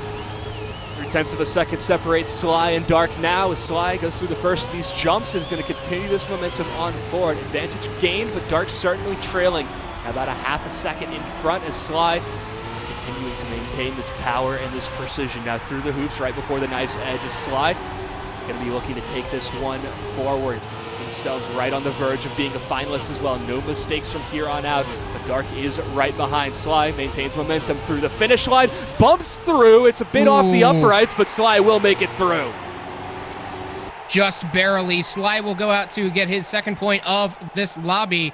Now, Dark 62 and Sly both have 2 and are vying to get that second conversion spot. It's going to be close. Wardrobe, I'm sure, has something to say about it, though. Wardrobe hasn't put themselves on the board just yet. They trail behind Dark and Sly. However, now they find themselves with an advantage here off that grass slide now, with a bit of an advantage over Sly now. Wardrobe, actually. This is what we wanted to see. Wardrobe getting in, doing some work, hopefully can get a point out of it. Although, has not been particularly great in that section right there, the dirt and transition over to the plastic. Wardrobe's been okay on this ice section, as you would expect from a Swiss, but good transition. Wardrobe had been bonking off of that one, too. I'm kind of rooting for Wardrobe in this one. I just want to see him get a point. Yeah, we want to see them get a point on the scoreboard, be contesting, especially here in the round of 32. It sucks to make it this far and not have anything to show for it, but solid advantage right now, about 0.2 of a second to 0.1 of a second, right in between there, as now Wardrobe's just going to have to keep driving on forward and swapping sides. Oh, that's still at the end, but Sly doesn't make it through. Wardrobe maintains momentum and carries through the finish line. That's what you like to see. Wardrobe in, looking to Swiss it up. 2-2-1. No finalists so far in this second half of this match. Zika already guarantees themselves a placement in the top 16. Now, will anyone get a finalist, or will we see Wardrobe lock it up again? Could see a very competitive end of the lobby. That is, if Wardrobe can secure the second race. Currently trails behind Sly and now also Dark as the two French doublets go forward. And now it's a question of if Wardrobe can make up this ground. Otherwise, it's going to be a battle between Dark and Sly to see who can find themselves on, or match point rather. As they go through these jumps through the hoops, they carry on this momentum, and Sly has the advantage, and it's now about a second separating him and Dark. Sly wants to be on a finalist here. Just one more quick section to go before you get to the knife edge. Sly, one transition, over, good jump. Good landing as well. Some players have been having a lot of issues with that. Good, off the side. He was so low going into that one, but he was able to finally cross it through the finishing ring. And Sly, our second finalist of the round. It seems like right in that identity phase where it's a bit of a rocky terrain, that sometimes if your wheel is just right off the line that you should, you get an improper launch out of that. And because of that, that can make or break your race. Sure, there is a safe finish line if you are to mess up there, but you certainly would like to carry all of your momentum forward into that. So, Arc goes through that water section effortlessly, and now into the dirt phase also, just maintaining this energy, and Sly's going to fall victim to the barrier. Now it's between Dark and Wardrobe. Wardrobe way behind, though. Dark just needs to stay smooth and clean through the remainder of this map. 7-second gap separates Dark and Wardrobe here. So, again, we're talking about Keeg. No mistakes from here on out. Mistake on the identity could cost you, though, if you're Dark. Oh, that bonk's not going to help matters any. Can he make the exchange? Yes, but barely. Don't really need a ton of momentum to do this transition, though. Good jump. One more over the top. One more jump. Dark. Double finalist. Double finalist indeed. Wardrobe won the last, but now we've got ourselves a two-driver race to see who qualifies into the next round with precision. So, double finalist territory. Dark and Sly, the two Frenchmen, now dueling it out here, as Wardrobe certainly like to throw a wrench in that engine block, but regardless, gonna have to maintain this energy. This map is all about momentum, and we've seen it so far as Wardrobe just hasn't really been able to get a grasp on that line and have as consistent a run as Dark or Sly. Well, he's certainly looking to take one off of Sly. Dark 62, that's a bit of a nudge on the transition. Sly now out to a decent gap over Wardrobe.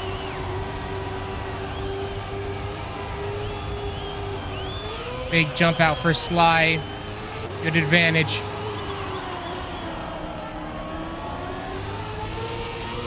Just needs to keep it smooth from here as we go into the identity. Sly's just got to maintain perfection right now. Wardrobe is right on his heels, rather his bumper. Carrying this energy forward, going to swap sides of the track, just has to make the jump effortless and will do so. We've got our two qualifiers here. We had Sika earlier, now we have Sly, as we have our two from this lobby moving on in the round of 16.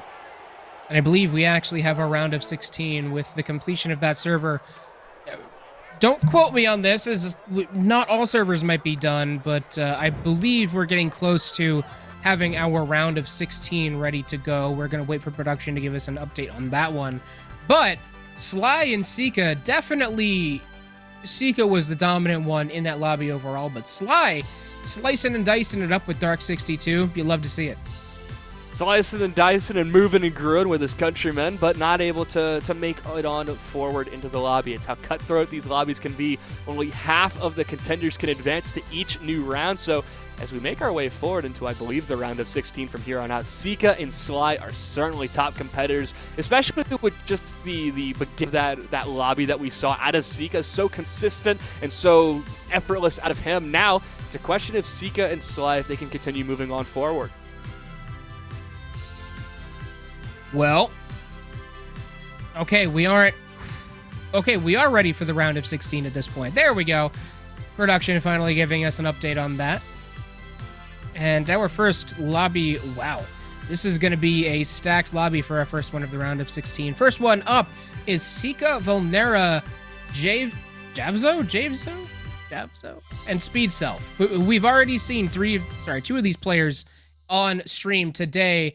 Sika and Speed Self are very solid players, and our next map is also going to be Speed Up.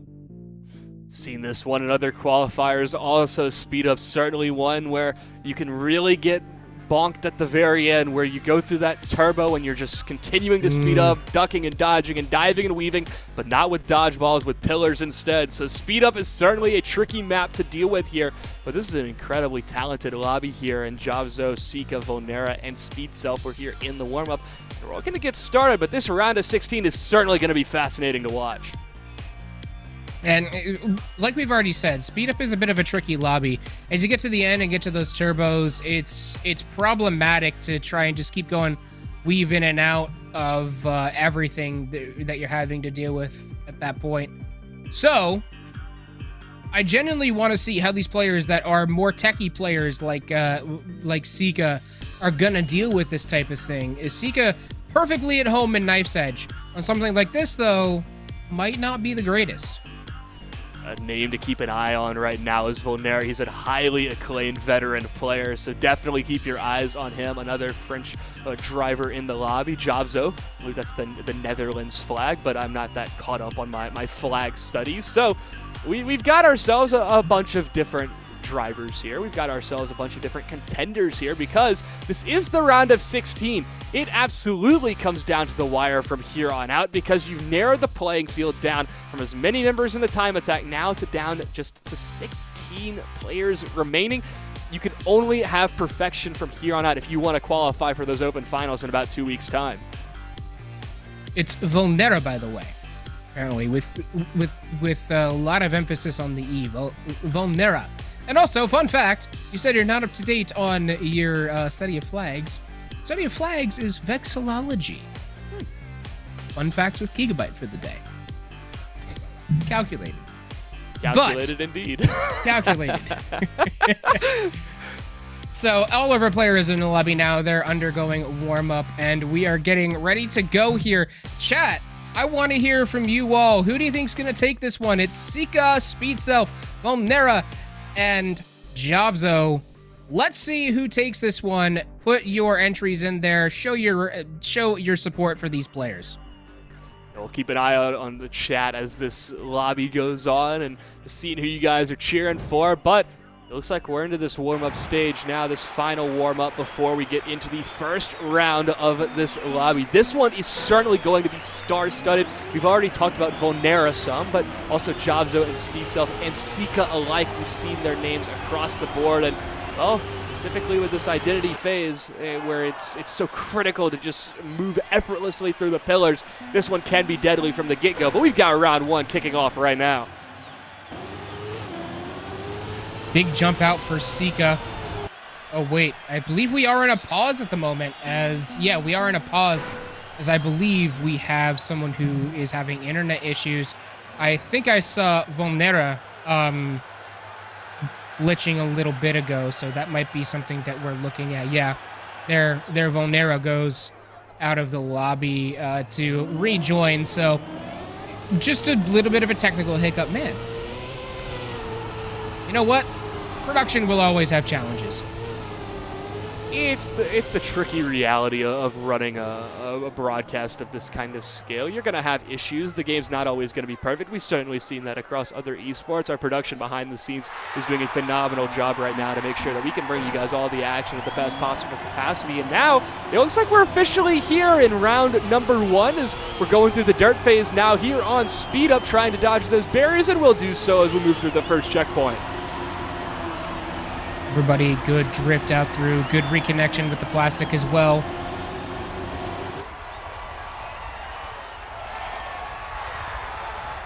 No motor section, everybody gets through pretty cleanly. Sika, though, did have a little bit of an issue, nothing too severe, but Volnera out to a big lead.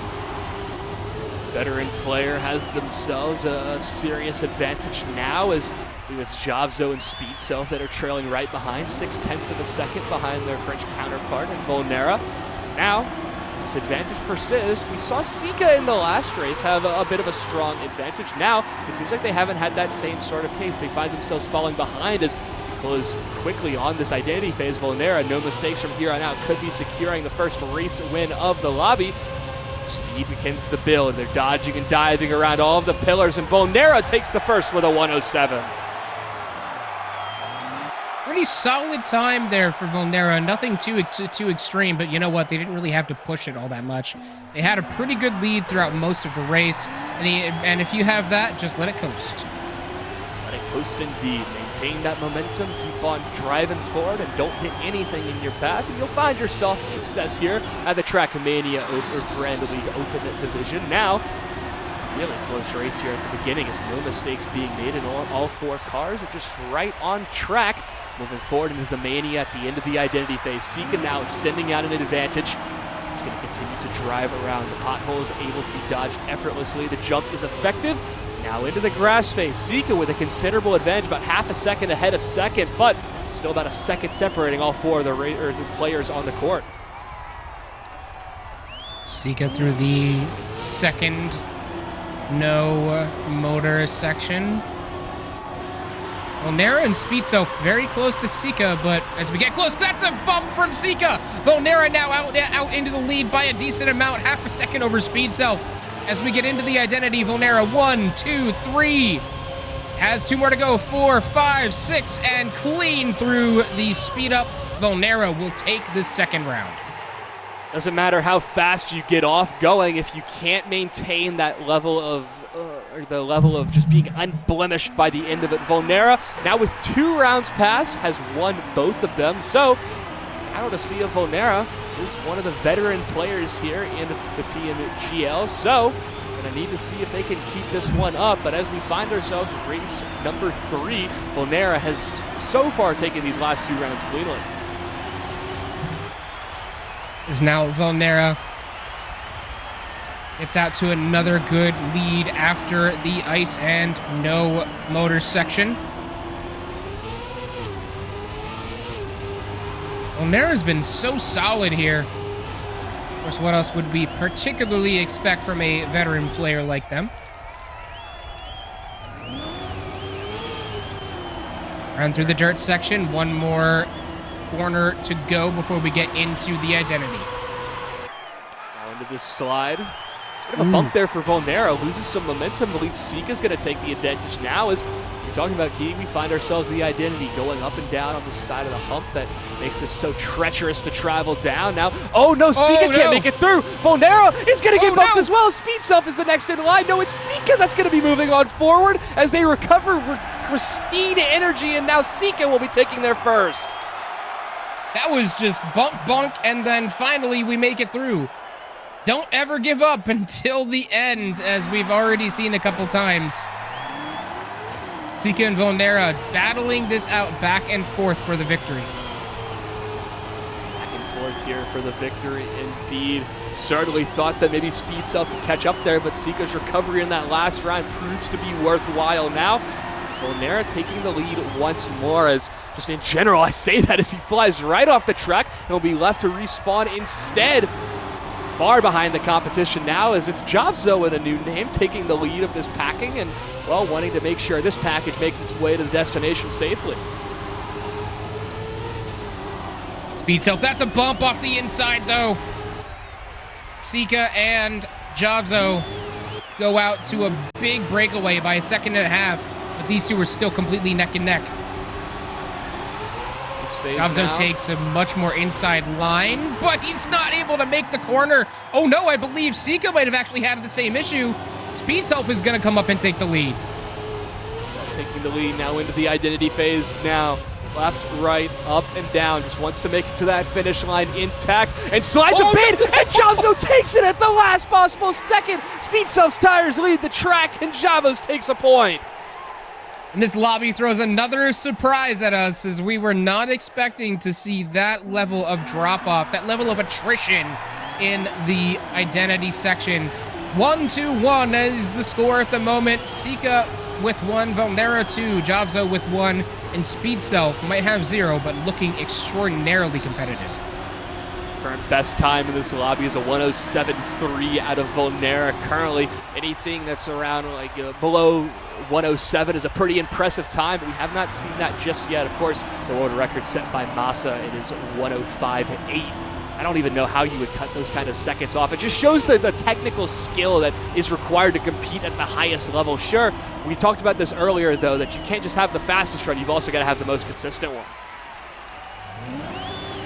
Speed Self, not a lot of speed, actually, ironically, going through that engine cutoff section.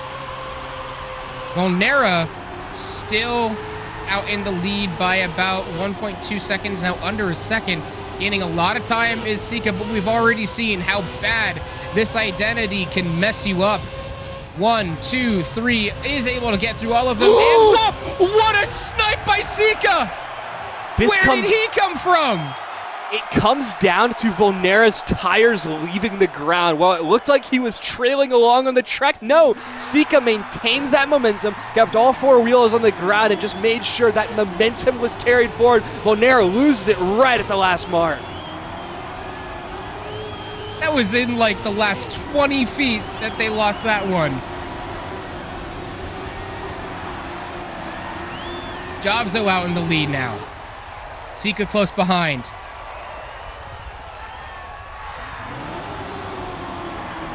Everybody a bit spread out at the moment.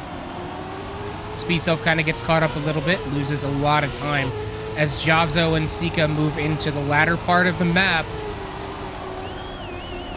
Not over till it's over, though. Javzo maintains this advantage. Sika right behind. We've seen Sika take, 2 rounds now, just right at the very end by stealing it away from whoever's in front. First Speed Self, now Volnera. You can just see Sika hunting his prey right now. Javzo ahead. Sika not too far behind. Now identity phase. Sika might get past here. Has to have the most efficient line. Is going to make it through as now it's a race between Sika and Jazo. Jazo, his tires leave the ground, but Sika can't catch up. It's all the way down to the wire, but Jazo takes yet another. Still no finalists. We are 6 points into this, and we still don't have a single finalist who has put up a 3-piece. Speed Self still has 0. Seems to be having a little bit of issues with the midsection of the map, as just potentially not quite as solid on it as the rest of these players seem to be. So far, so good. 6 rounds played. Now it's a matter of Sika. Back right tire gets caught there, will be forced to reset now.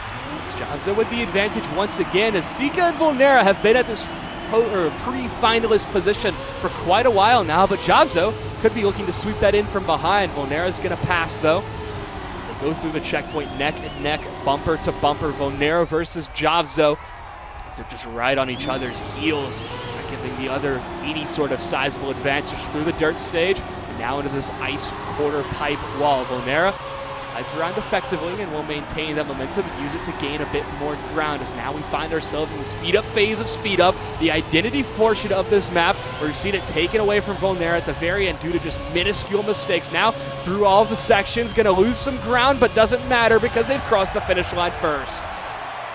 Volnera, first finalist of this lobby, and this is what I like to see. As we see the rounds kind of dwindle down, the competition starts to get tighter and tighter. Volnera first one to get 3 up on the board. Jazo and Sika. Still trailing behind by a little bit. Volnera wants to take this one home right now.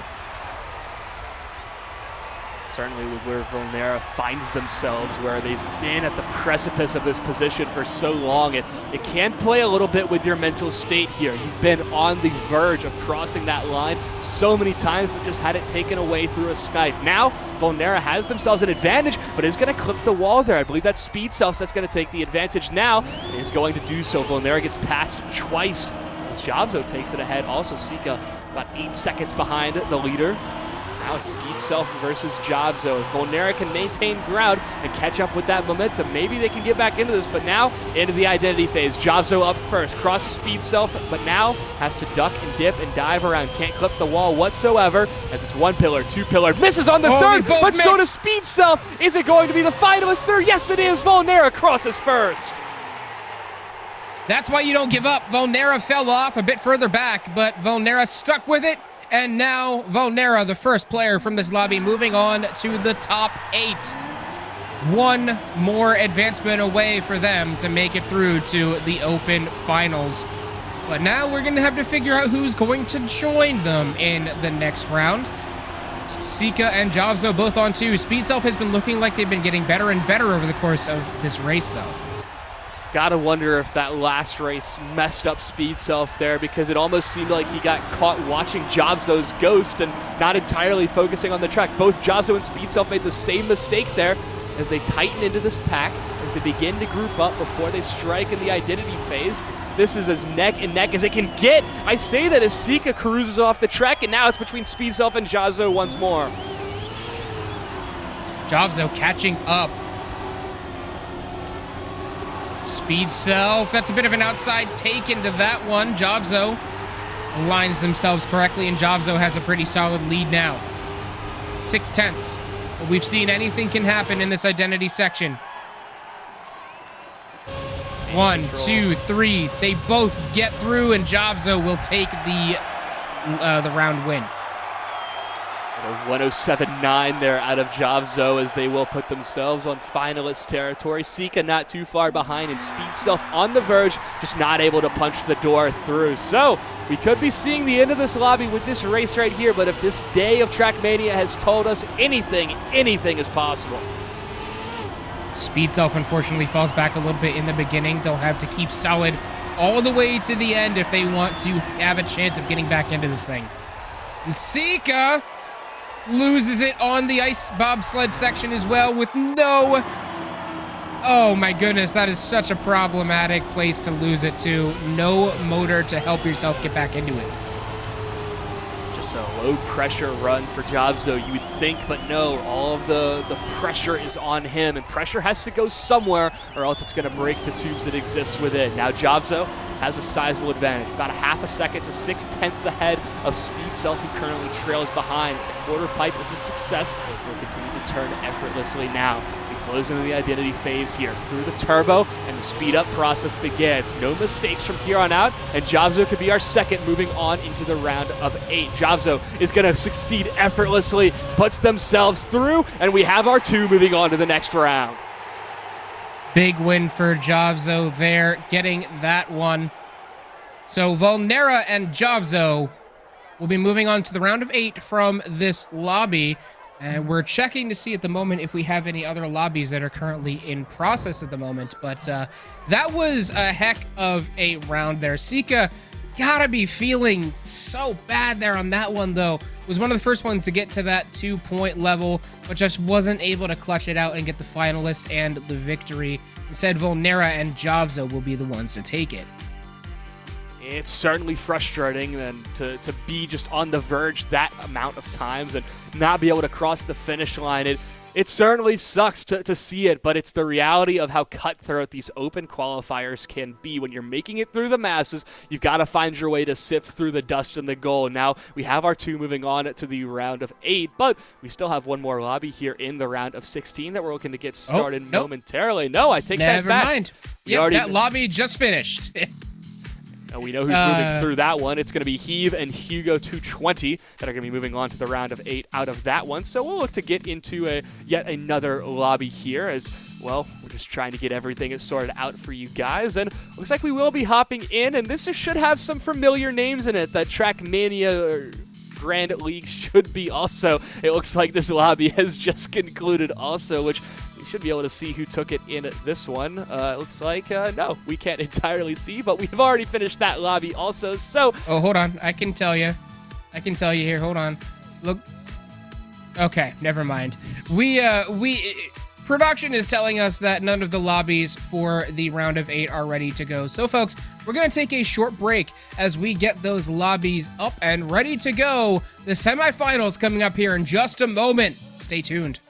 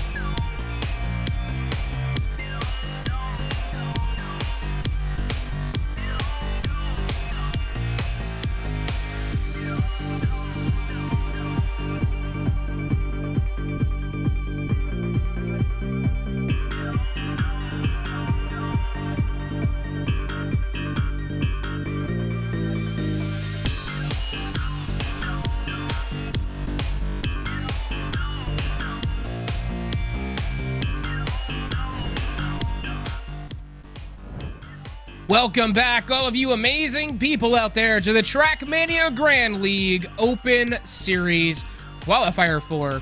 It is do or die time at this point. We are in the semifinals, the final semifinals of the Open Qualifiers, as we are getting ready for all these players to hop in the lobby. And I'm not sure if we're going to be starting from here, but these players are in, and you see who we're seeing. Crosshairs, Volnera, Utah, and Hugo are in this one. The top two will move on to the Open Finals. Bottom two will go home. As cutthroat as it gets from here on out, qualifying for that Open Finals in 2 weeks' time. You got to do it now if you're going to do it at all.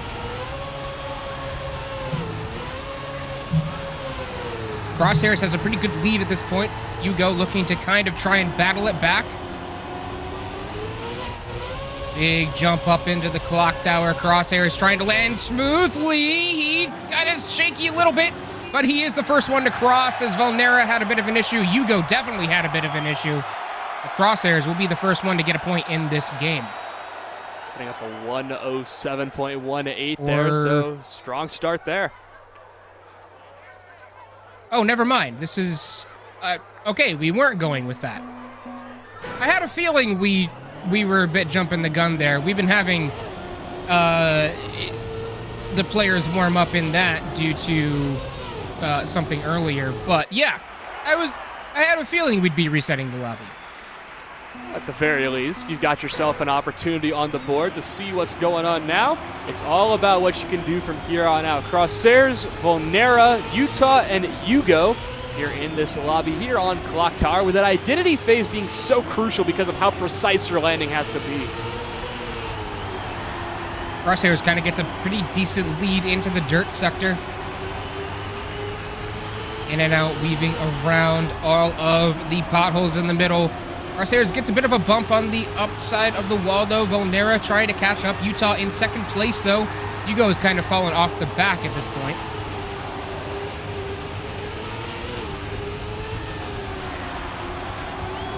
Big jump by Crosshairs, will be able to land it. And here we go. Almost time to get into the identity. Time indeed. So far, Crosshairs has the lead, but Volnera and Utah are just right behind them. Crosshairs will be the first to make the jump. Utah and Volnera in quick succession. Crosshairs lands adequately, is going to zoom right on through, can't cut the corner, and it looks like Utah crossed the line second, while Volnera not that far behind. Well, not like that one matters particularly, but Crosshairs, we saw in the warm-up lobby that he was definitely dominating, and he was dominating there too. Crosshairs, that's the first actual point of the game. Yes, indeed.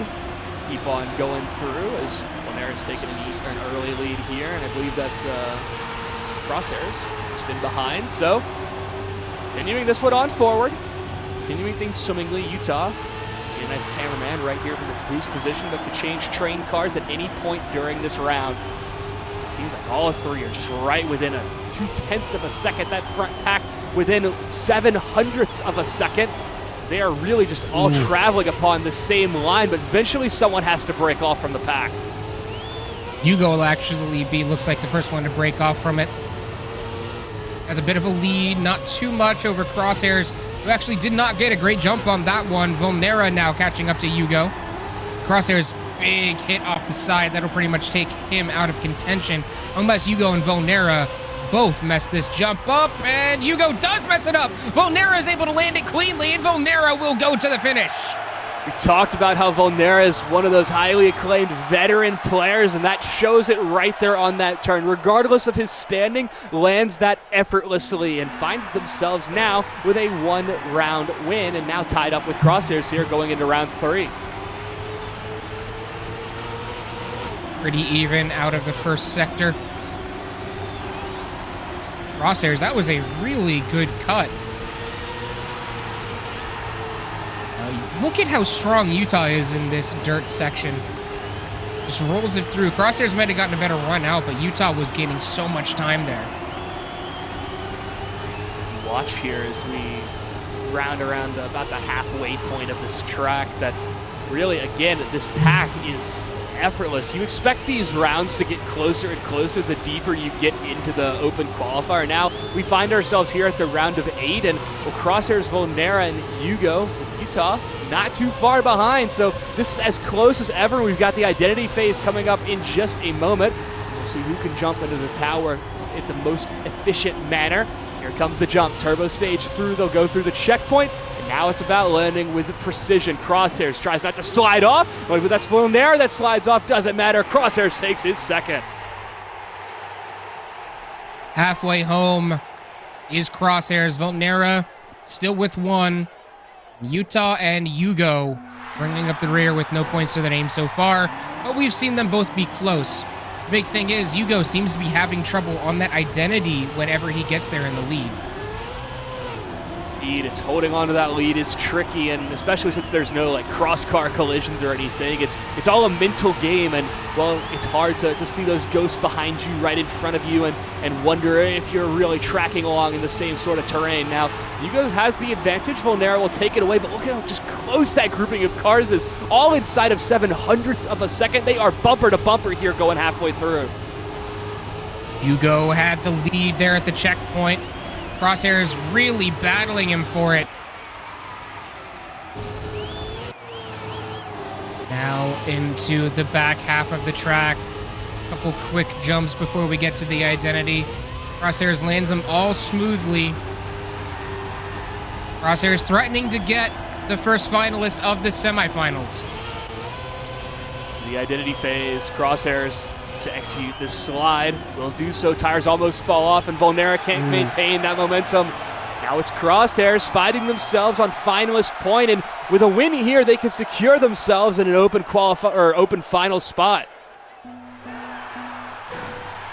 Volnera, only other one with a point here. Veteran Trackmania player Volnera, though, will try to come back. Does not want to be forced to do or die.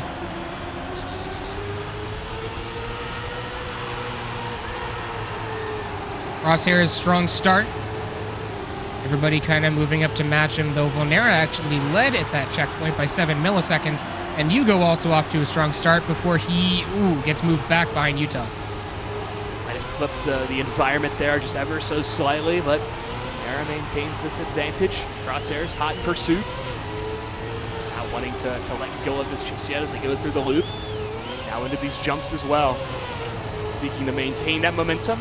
Because, well, as close as these rounds have been, it's on every single driver to put up their best line. And there's nothing your opponents can do to jeopardize your standing. It is all about how best you can race in this scenario. Now into the identity. Volnera's up. He's sliding this one around. Keeps the tires on the ground, around the corner flawlessly. Now Volnera puts a second on and doubles their point standing. That's exactly what Volnera wants to be. Well, Volnera wants to be the one with the F next to his name, but not quite there yet. One more to go before you get to that, my friend. Crosshairs needs to get this done now because we've already seen today, once we get down to the finalist spot, a lot of these guys have a tendency to kind of chill out a little bit, which that's not something you can do.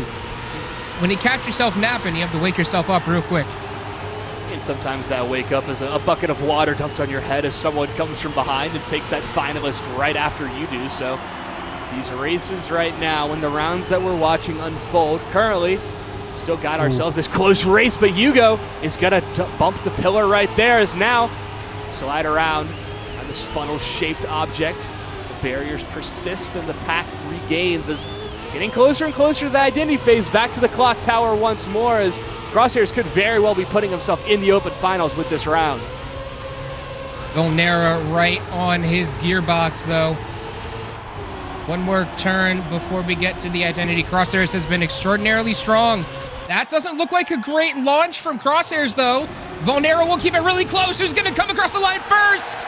It was Volnera by 3 milliseconds. Mere millimeters separate Volnera and Crosshairs. Suddenly, while Crosshairs had the finalist spot for so long, suddenly there is competition as we're in double finalist territory. Utah and Hugo still behind, but certainly not out as we're going to be crowning, if Crosshairs or Volnera win here, we could be crowning our first to the open finals. Volnera and Crosshairs, both of them just need one more point in order to send themselves to the Open Finals in 2 weeks. Hugo and Utah don't want either one to make it. They both want to go through. Hugo is doing a good job of starting that comeback now as they move into the outer funnel. But Crosshairs is so strong through that section.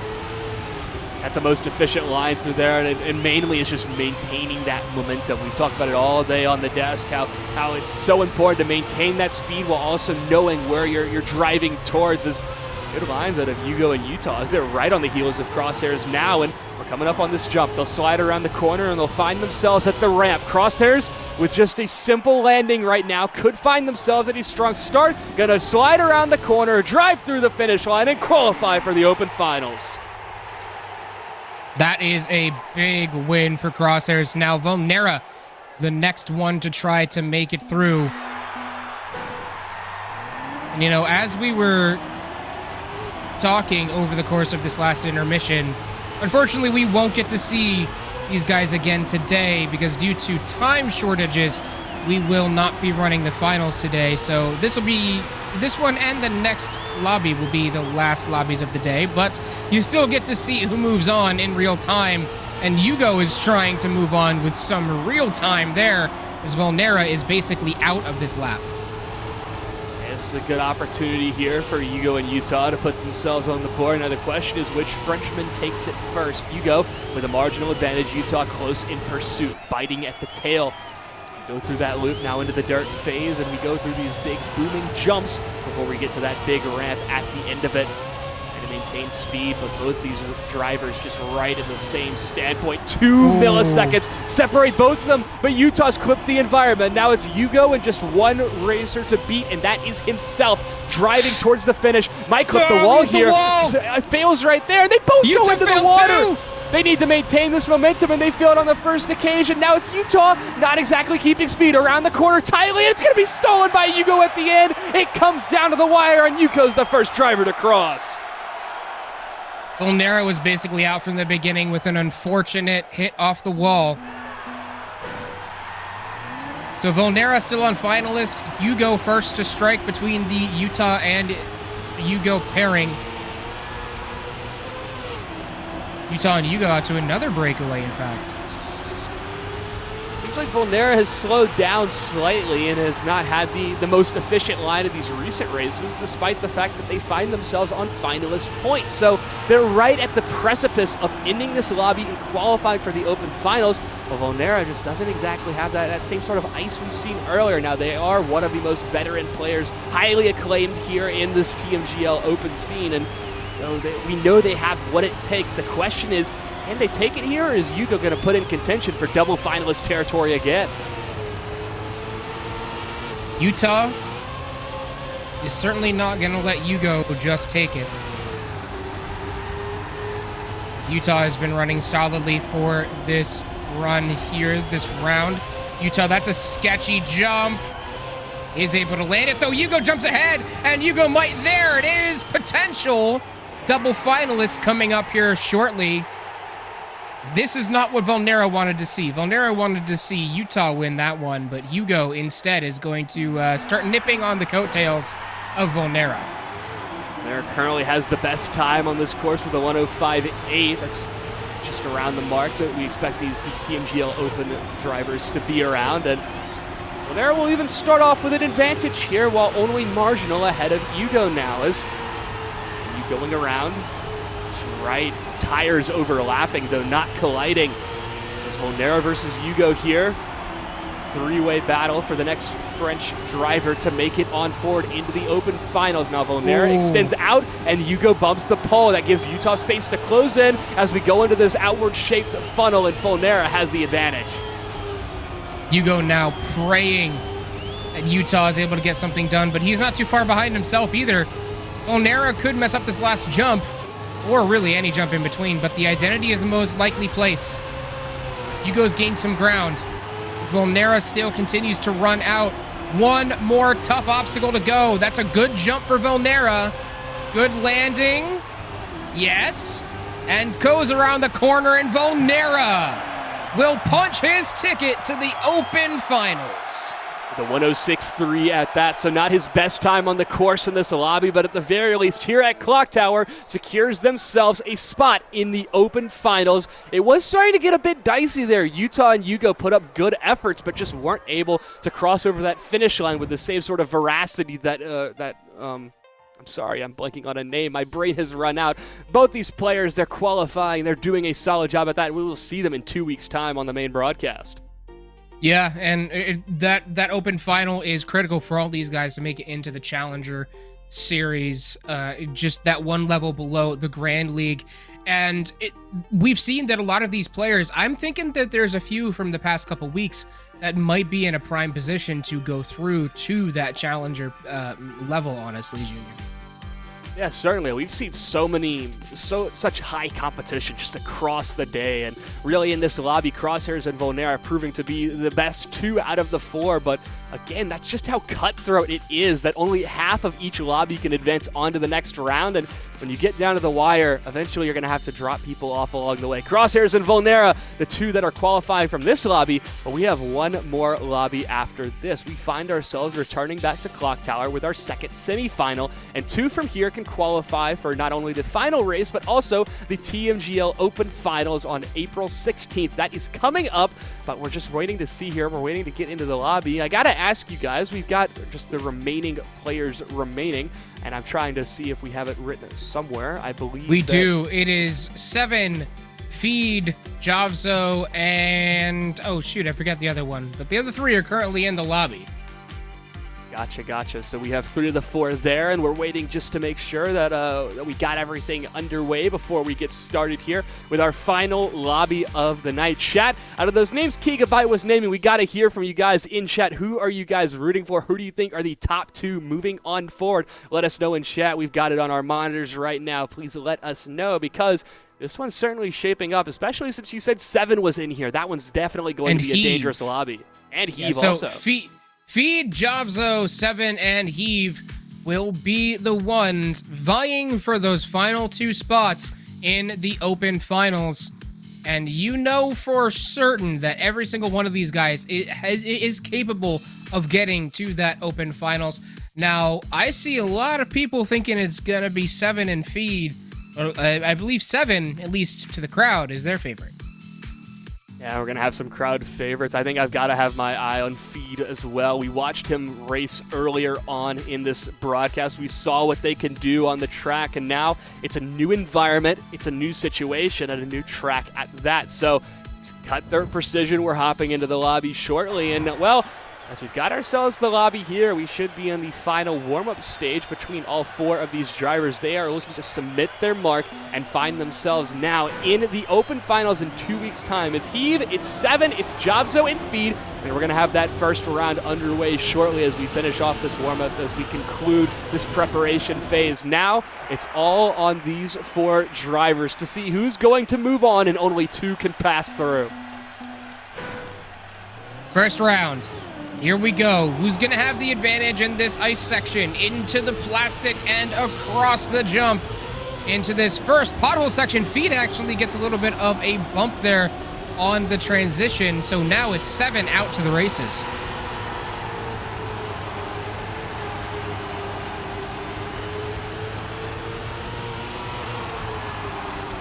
So 7. Good through the dirt section. Now into the outer funnel, 7. Same line as Crosshairs. That seems to be the fastest way to get through it. So, and we're coming up on that identity phase, but it starts with these jumps downward. 7 with the advantage. Javzo right behind.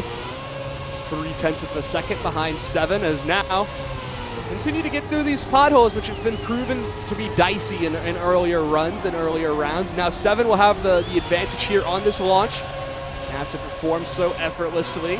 Gonna try to slide around this turn, doesn't touch the water, gonna have that momentum contained, and gonna cross the finish line first with a 106.3. Big run for 7 there. Great start. And crowd favorite definitely out to a good one here. Although, I gotta question whether 7's gonna be able to continue that level of success the whole way. Because we've seen that inconsistency has been plaguing some of these guys today, Junior. It's been a long day of racing around the Trackmania courses, and it can start to wear and tear at your mental state. Unfortunately, we can't have everybody join the Open Finals. We've got to narrow the field down, and that's just the reality of how this effectively single elimination bracket goes on. 7 with the advantage, the feed just right behind, continuing this one forward. And we'll see who's going to qualify first here. We don't have anybody even near finalist territory as we switch our perspective to Javzo and keep things moving on forward. Sven battling it out with Feed for that advantage. Seems like Feed is right at the heels of Sven as we go into this identity phase. 7 now with the jump out. Ooh, that's a bit high. Feed's going to be on the ground first. This might be a race.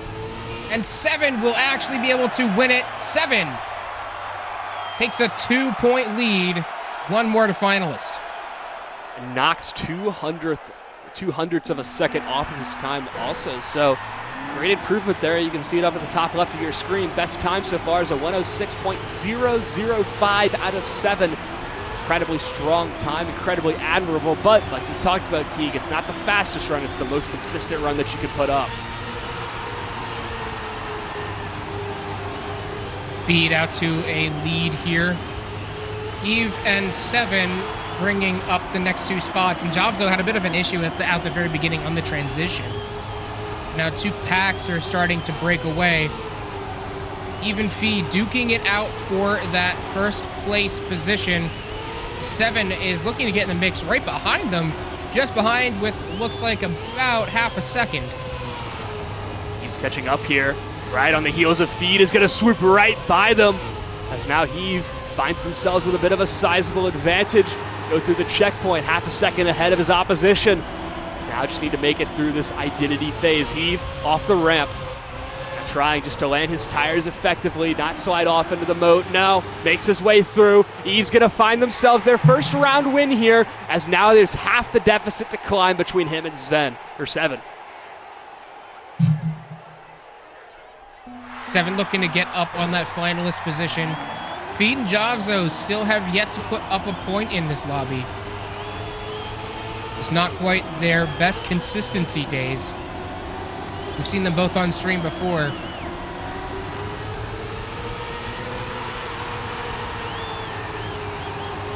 Everyone really likes that high to low and then mid-exit there, Junior. It's the best way to maintain momentum by using gravity to your advantage when you go that outside to in, especially on a loop like that. I mean, I can't speak entirely for Trackmania, but that seems like it would be just the fastest route forward to maintain that speed into the next turn.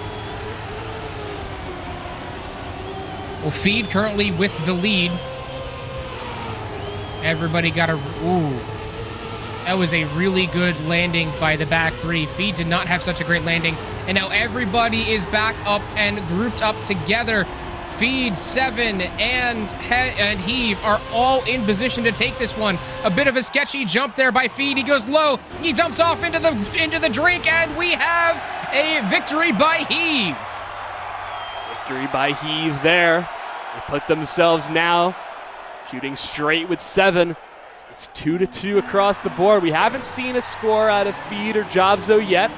But again, like you were talking about, Keith, just that packing that is between all 4 of these players, that it is so close for so long of the race that it really just is, it comes down to just the minuscule details. The small things start to matter as we see all 3 of these guys in the front. I believe somebody got bumped on the way back, so I think that was Heave that's going to be crossing the checkpoint last. Never know, though. We've seen enough people mess up the clock tower that if I'm Heave, I'm not giving up on this one. Well, he DNFs anyway, so. He'll just reset. He'll regain for the next round, and now it's between 7, Javzo, and Feed. Feed about a second behind, but Javzo within 0.2 of a second away from 7, and closing in on this identity phase. We're continuing to turn around these corners, and 7 has themselves an advantage here. We're going to have to do this launch effortlessly through the ring, through the checkpoint. Now has to just slide around this corner. He's going to lose some momentum. Javzo keeps most of it, but 7, it's enough to stay ahead. 7 puts themselves on finalist territory and 1 round win away for qualifying for the Open Finals. Well, so far it's been all Seven and Heave all day long. Heave just barely made it into this round by the skin of his teeth, if you all remember, folks. Just barely able to eke out that last point necessary. Now on the verge, getting to that finalist spot to make it through to the open finals. Feed is actually out to the lead in this early going. Keeps it as well through the dirt section. Now into the outer funnel. It's a bit of a catch by Feed. That's going to give Seven some time to gain up that ground. Now everybody stays tight as we get into the last part of the track. Seems like Feed has become the chat favorite also. We see your spam also, and you're giving life, but maybe not enough because he's bumped off the checkpoint and he's going to fall behind. Unfortunate to say the least, and Seven could qualify here off the ramp and over towards the clock tower. The identity phase so crucial, and Seven will maintain this momentum. Keep things going, but Heave takes it at the very end. Double finalist to move on to the open finals. Oh, we've got double finalists now. Two drivers on the verge of qualifying for that open finals. Feed and Javzo yet to score. Maybe continue spamming Feed in chat. Maybe that will help him maintain this advantage. He starts out with the advantage early, but has since lost it to Heave. Heave seeks to qualify for the open finals in the most expedient fashion possible. Javzo just watching this front pack underway. 7 milliseconds separate Feed and Heave. It's getting down to the wire, and only 2 of these guys can qualify moving forward. Feed actually comes up and takes the lead away from Heave. The Heave just has such a strong, solid run through that outer cone as well. These two so good at different places on the track.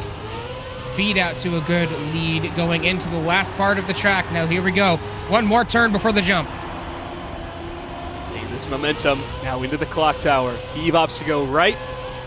Feed opts to go left. Now it's a bump by Heave. He's going to get past. It's Feed's going to cross the line at the last possible second. Going to record their first round win, as now we've got 3 drivers scoring here, and well, we just have yet to see Javzo's scores. It's 7 and Heave with qualification point, but Feed just starting to close in behind. This is the perfect time for Feed and Javzo to get this done. They cannot wait any longer. They know that Heave and Seven are both 1 win away from moving on. So if they delay, if they lose a single one, they could find themselves knocked out. Find themselves knocked out. You can see this lobby conclude in 2 rounds at the minimum. Certainly, Feed and Javzo would like to say something about that. Feed with the advantage. Strong start out of them. Continuing this one on forward into these loops. Just maintaining this momentum and really setting the pace here for Heave and Seven to follow behind. Now it's just all the way down to the wire. Feed off these jumps effortlessly, gracefully bounding through the loops that they need to. Now we find ourselves closing in on the identity phase with Heave and Seven close behind. Feed has the advantage, and Javzo is watching the whole thing unfold. Just has to slide around properly. Feed will do well. It has the most momentum moving on, and suddenly Feed finds themselves just outside of finalists, as we could be on triple finalist here. Momentarily, we could see it. Even Seven, still the ones on finalist, though, and you absolutely know that Seven is already kicking himself for not having sealed this one up already. Seven now out to a good lead. This is what he needed to see. He's having a good lead into the dirt section because he is strong here. Good exit. Focus on that. I want to note that last time put up by Feed was a 105.9. A strong team out of all of these open division teams, or open division players, as Seven wants to qualify, has themselves a pretty sizable advantage here, but again, everybody within 0.3 of a second, so coming down to the wire. We were talking about with that 105.9, that's only 0.4 away from the Step 1 world record here, so it shows just how close these guys can contend with some of the top dogs. While there is still that gap, there's still the possibility to compete further. Now into the identity. Seven's up. Oh, he's in Gonna the be around drink. the spin. Drowns in the water. Now it's Jobzo putting themselves on the board. They'll cross the finish line first with a 106.7. Just absolutely cursed is 7 to not be able to get that final point that they need. Now Jobzo gets away with one. Seems like chat wants a quadruple finalist scenario, which, oh, what a hectic round that would be. But we are getting dangerously close there, Keeg. We are only a couple rounds away, and the tide's shifting in that sort of favor from this happening. I mean, we have 7 and Heave on this finalist for so long, but Feed and Jobzo have really been putting in a name for themselves here these last couple of races. Yeah, Jobzo's been getting really solid at this track over the course of the last couple rounds, and almost able to lead that one. Only 0.05 to the negative on that. The 7 and Heave both in the lead at the moment. 7's been kind of shaky on the identity in the last couple rounds. Heave not so great on the jump transition. Feed and 7 out to the lead now. Jobzo bringing up that 3rd place position. Rounding the corner to hit the identity. 7, 1 jump to transition, 1 jump to rule them. He hits the side wall. Feed jumps ahead of him, and Feed's gonna get his finalist. Oh my goodness me. We have ourselves triple finalist territory here in the final round of the day. 7, Feed and Heave exclusively here, knocking on the door from moving on forward. Jobzo is behind, but could still make up some ground. Only 2 rounds away from putting us in quadruple finalist territory. Now, you see all the red Fs. Now it's time to finalize. It's always problematic and always a heartbreaker when you see one finalist who's going to go home. Who will it be, though? And will Jobzo manage to come up and put themselves into a finalist scenario? We'll have to find out here. Feed is out into the lead at the moment with 7 closely bringing up behind him in 2nd place. Jobzo challenging for that 2nd place now too. Over the quick jump transitions, Feed has the lead. 7 very quickly gaining time. Jobzo still in 3rd with Heave just a little bit behind. 7's had trouble here. 1 jump to finish it off. 1 jump to rule them. Feed, bong, 7 fails as well. Jobzo jumps out to the lead, and he's gonna get his 2nd point. No way. This just gets even more intense with every race that persists. The 3 French drivers all on finalists. Somebody in chat pointed out that maybe the F stands for French, but Jobzo now finds themselves knocking on the door here. 7, Feed and Heave have themselves in finalist territory, but Jobzo is just 1 race away. Jobzo's been kind of shaky through that first section, but Jobzo's making up so much time with the consistency through that identity. Feed, Heave, and 7 have all had trouble. 7, our first finalist of the day after 4 rounds on their part, still have not been able to clutch it out. Jobzo kind of falling back a little bit now, but we've already seen how that works out. Heave and Feed duking it out for the transition. 7 now gets in the mix. Oh. 1 more turn to go before the jump. Take it, Junior. Well, we're into the identity phase here. It's 7 versus Feed now. As this mess up could mean everything. Feed keeps the tires on the track, gonna drift around, slides through, and puts themselves into the open finals. It took a long time, but we will not see quadruple finalists. Instead, we will see Feed moving on to the open finals. Feed, let's go to the open finals. Now 1 more place left to be booked into that final tournament. Will we see a triple finalist to take the last one? 7 so far has the lead. Jobzo only needs 1 more point to force us into that triple finalist scenario.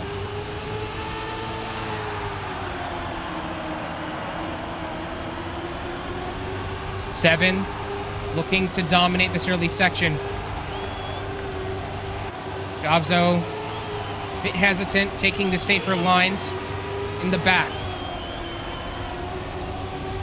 Now Heave and Seven, it's all between them. If they can both keep it straight, it's gonna come down to a rundown. Heave is off. Seven just has to keep a consistent line. They've had so much trouble on the identity though. Jobzo could take this if Seven is unable to make the jump. One more time, Seven, can you get it done here? Over the top, not in the drink this time. Seven will punch the second ticket to the Open Finals, and it is done. Seven and Feed move on. The tournament is set. 2 weeks, April 16th.